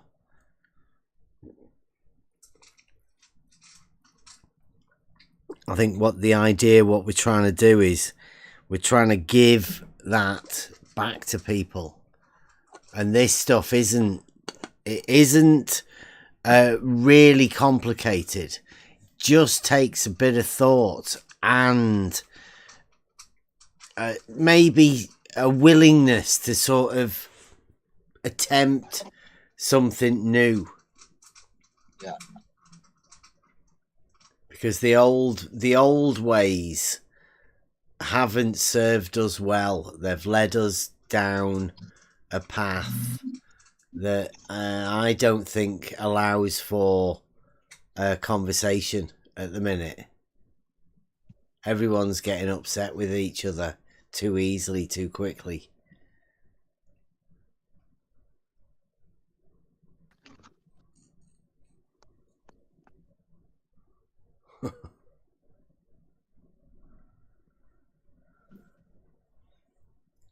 Just being able to think. I think Buster came up with a good one, was it? Who taught you to think? Of all of the teachers that you've ever had, who's the one that taught you to think? And the answer will be no one. Yeah. Yeah. No, you've never been taught to think. You've been taught. You haven't been taught. Yeah. You've been told. You've developed it yourself. The same as that model. If you have the model, you've developed it by yourself. Yeah. Yeah, that's why there's so many different viewpoints, even looking at it as a globe. You know, you got your droppers, you got your humpers, you got your double drop humpers. Yeah. You got your oblate spheroiders. You got your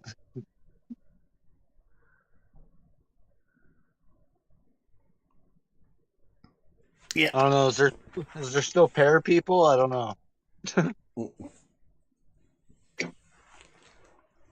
Paper Oregonist, he's got it says that's why in ancient times it was called Septem Arts Liberats. Is that an Ellis? Yeah. 7 skills which make you free. I'm not too sure whether that's right, but the 7 liberal arts. Trivium and the Quadrivium together. It's just like a step-by-step program. But it's like geometry. You have to be there at the beginning. Night, Boris. It's you have to be there at the beginning to understand the foundations of it all.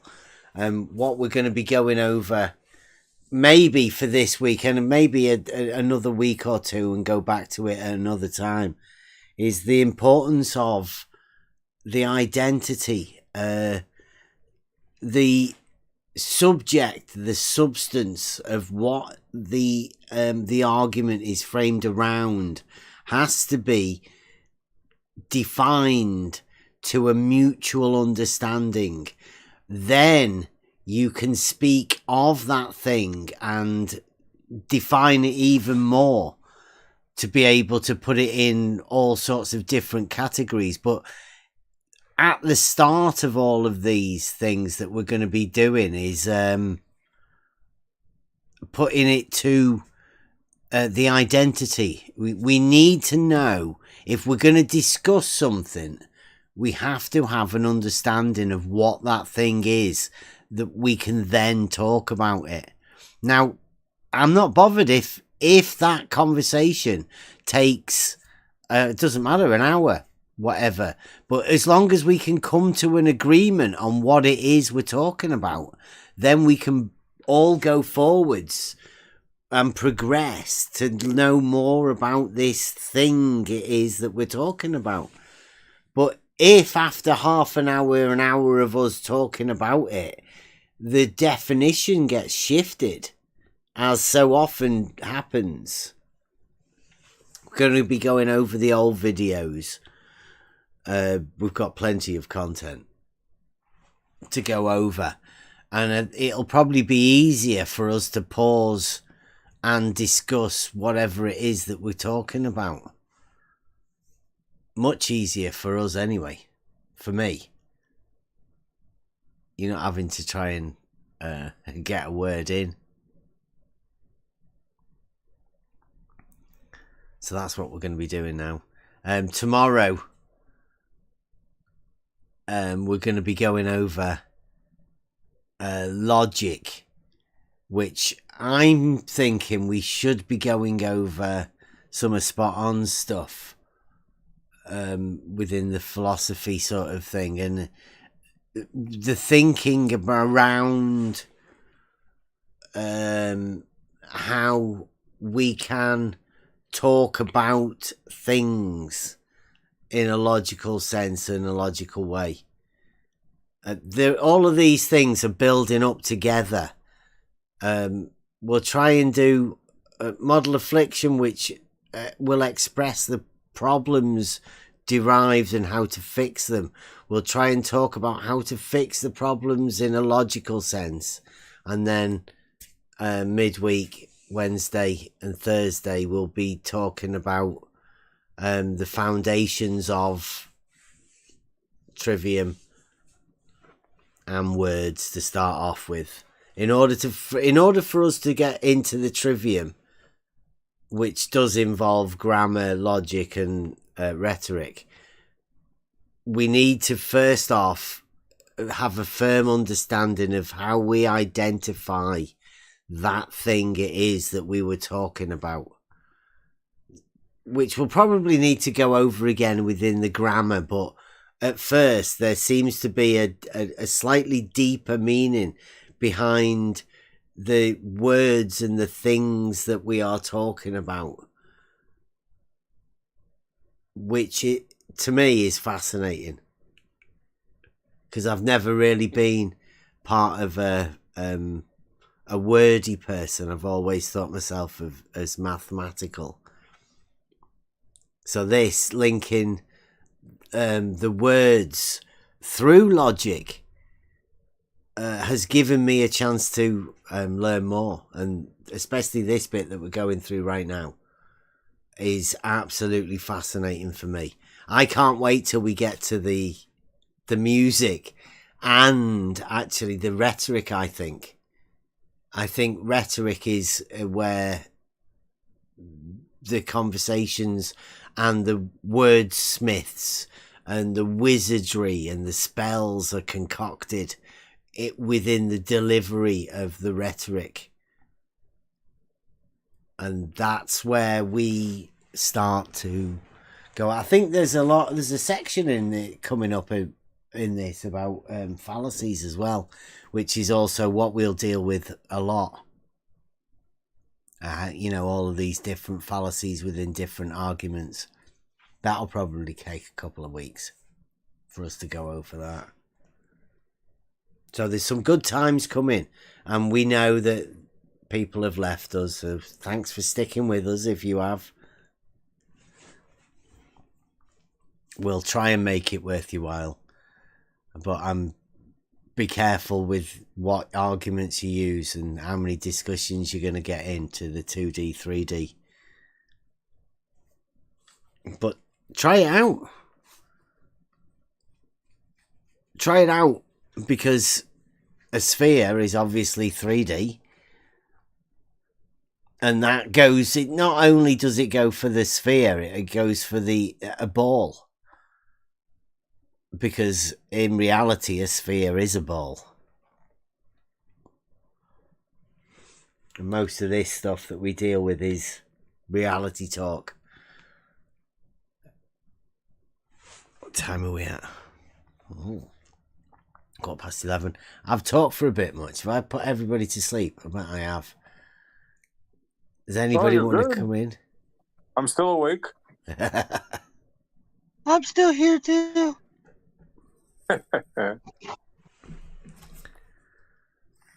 What do you think of the format then? Right, the idea, because with us needing model affliction Mondays, do you think going back over the old things and pointing out some of the model afflictions of old is a good idea?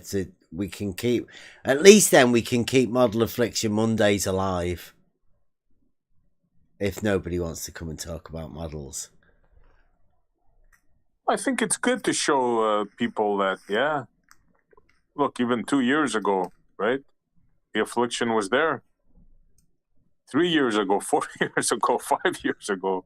I think it should go to show that how the arguments developed over the time, 2 years of talking to us about these things and how it's differed now to what it was back then. Like, I mean, I don't know if anybody's tried it. I know I do have a conversation on the cutting board about the 2D, 3D conversation.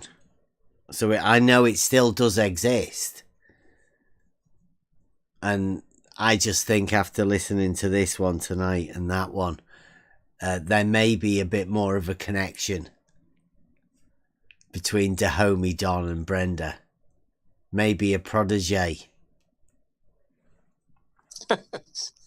You think? Yeah. Yeah, you'll be surprised. Polar coordinates, 2D, 3D. It's all there.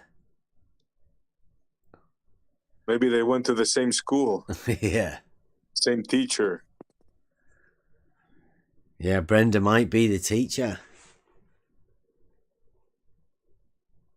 It depends how young Dahomey Don is, whether it's child abuse or not.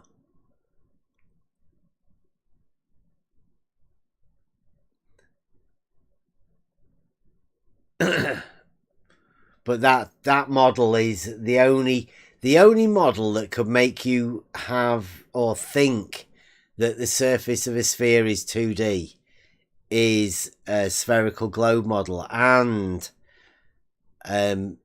being introduced to the argument, the geometric argument.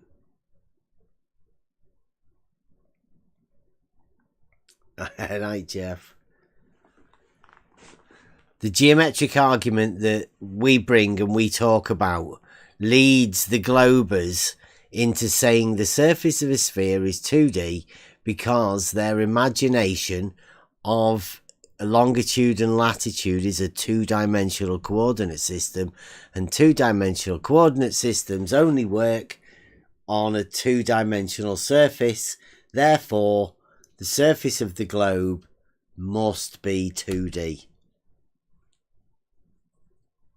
Which makes you a flat earther. Which, yeah, well, to anybody else, either a glober or a flat earth. I mean, they're both pretty similar. 2D.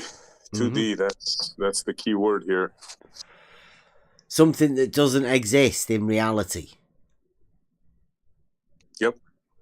Absolutely. Is the basis of an argument and an obfuscation around something that doesn't exist. A vacuous truth argument. Shout out Buster. Yeah, the argument dies before it makes it to the table. DOA. Mm-hmm. Yeah, and non-arguments are what I'm gonna have to start pointing out, because I'm not getting involved in non-arguments anymore. There seems no point to it, which hopefully that's the sort of stuff we'll go over tomorrow if we've got spot on around.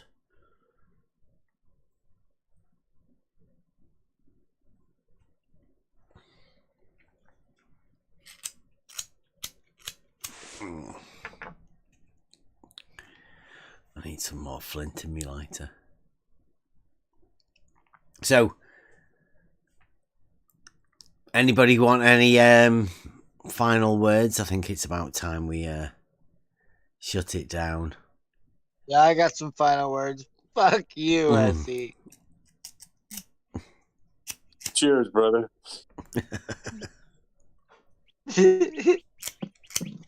And just in case, I don't think I've ever done this before, but hey, fuck you, YouTube.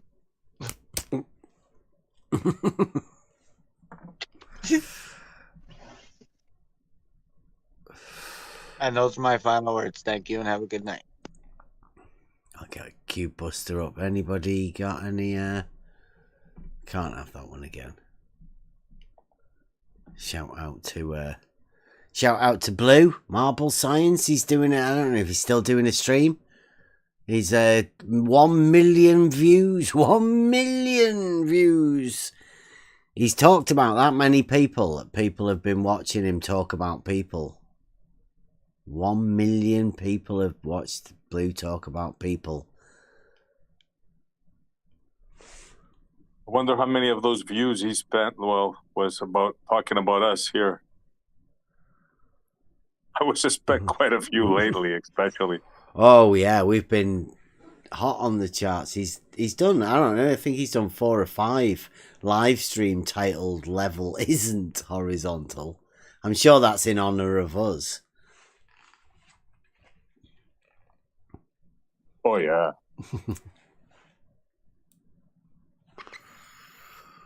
Shout out to the unclamping by Blue. Oh, yeah. I've got to go over that. Don't forget me water level test at the beginning with the verticals in it. But I really want to have a go at working over the hump and the impossibility of the hump and the sloped horizontals. Hey, Bev? Yeah. I was just wondering if I could read a short passage about the monad 1, just something to think about at the end of the show, maybe talk about the next show. If that's okay with you? Yeah. Okay, it starts out the monad, one unity, the one, God, the great spirit, mirror of wonders, still eternity, permanence. There are countless names for it. According to one perspective, one cannot actually speak of the one, because to speak of it is to make an object of it, implying separation from it. So misrepresenting the essence of oneness from the start is a mysterious conundrum. The one is the limit of all, first before the beginning and last after the end, Alpha and Omega, the mold that shapes all things and the one thing shaped by all molds, the origin from which the universe emerges, the universe itself, and the center to which it returns. It is the point, seed, and destination. One is echoed in all things and treats all equally. Its stability among numbers is unique, one remaining one when multiplied or divided by itself, and one of anything is uniquely that one thing. All things are immersed in the shoreless ocean of unity. The quality of oneness permeates everything, and while there is nothing without it, there is also no thing within it, as even a communication or idea requires parts in relationship. Like light from the sun or gentle rain, the one is traditionally perceived as unconditional in its love. Yet its majesty and mystery remain veiled, and beyond apprehension. For the one can only be understood by itself. As such, one is always alone, all one, and no thing can exist to describe it. One is simultaneously circle, center, and the purest tone. That's it. Whoa, where was that from? What did you say? The monad? That's the title of the page, the monad, which represents the unit 1. It's just describing the numbers out of the quadrivium. Yeah. Out of my version of the quadrivium. And I just think, just something to think about. We'll start starting with that 1. That's all. Just something to think about. And it goes Monos in Greek means alone, one, like by yourself. Yeah. And then it goes on to duality and 3 and so on and so forth. I just wanted to read the 1 page. I thought it was interesting. Yeah. Thought-provoking. Yes. Thank you for letting me do that. No problem. Anytime. As always, if you wanted to come in and have a chat with us, we're always in here somewhere around. We've had some good chats today. The Trivium team, let's say, it's just a discussion group, met earlier today. Very good. There's some brilliant minds around, and with a great discussion to come about these things that we're talking about. This is it's different than what has been around here before.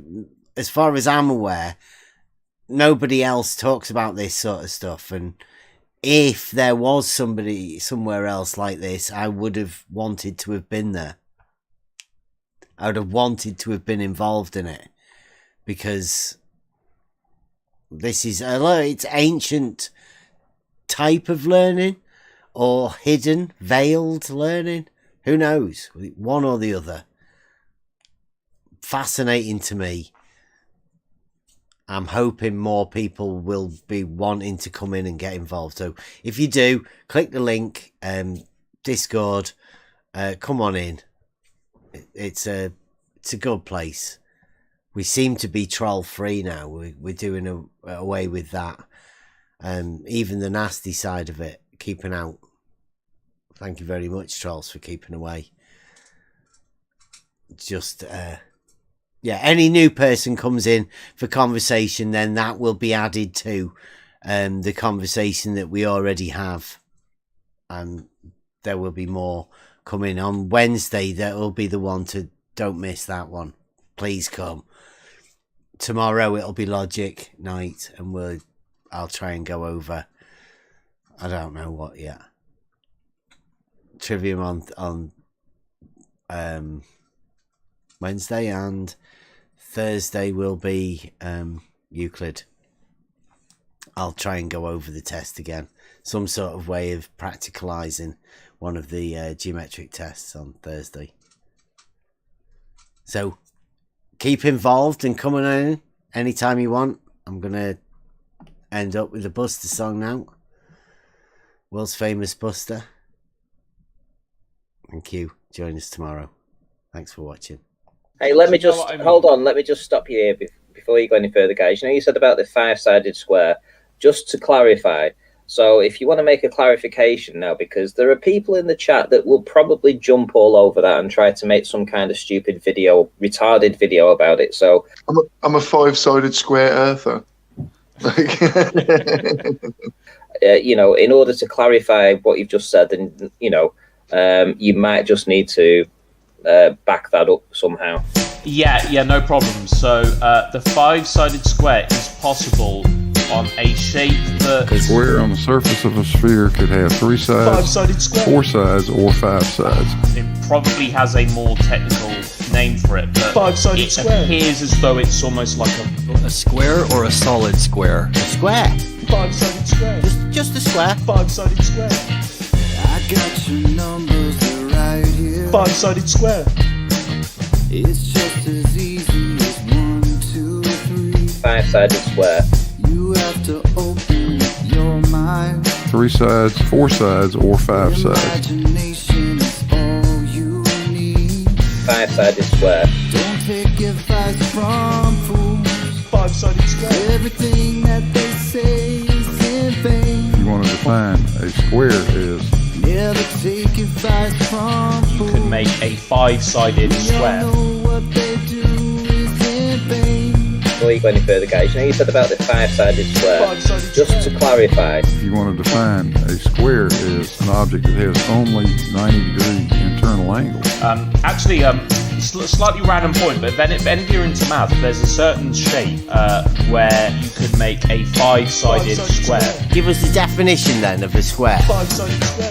Everything is relative to you. It means a solid square, I mean a solid You just have to say it in generality. 4 sides or 5 sides. Just like those straight lines curving. You could make a five-sided square. Drive down the road, don't you ever swerve.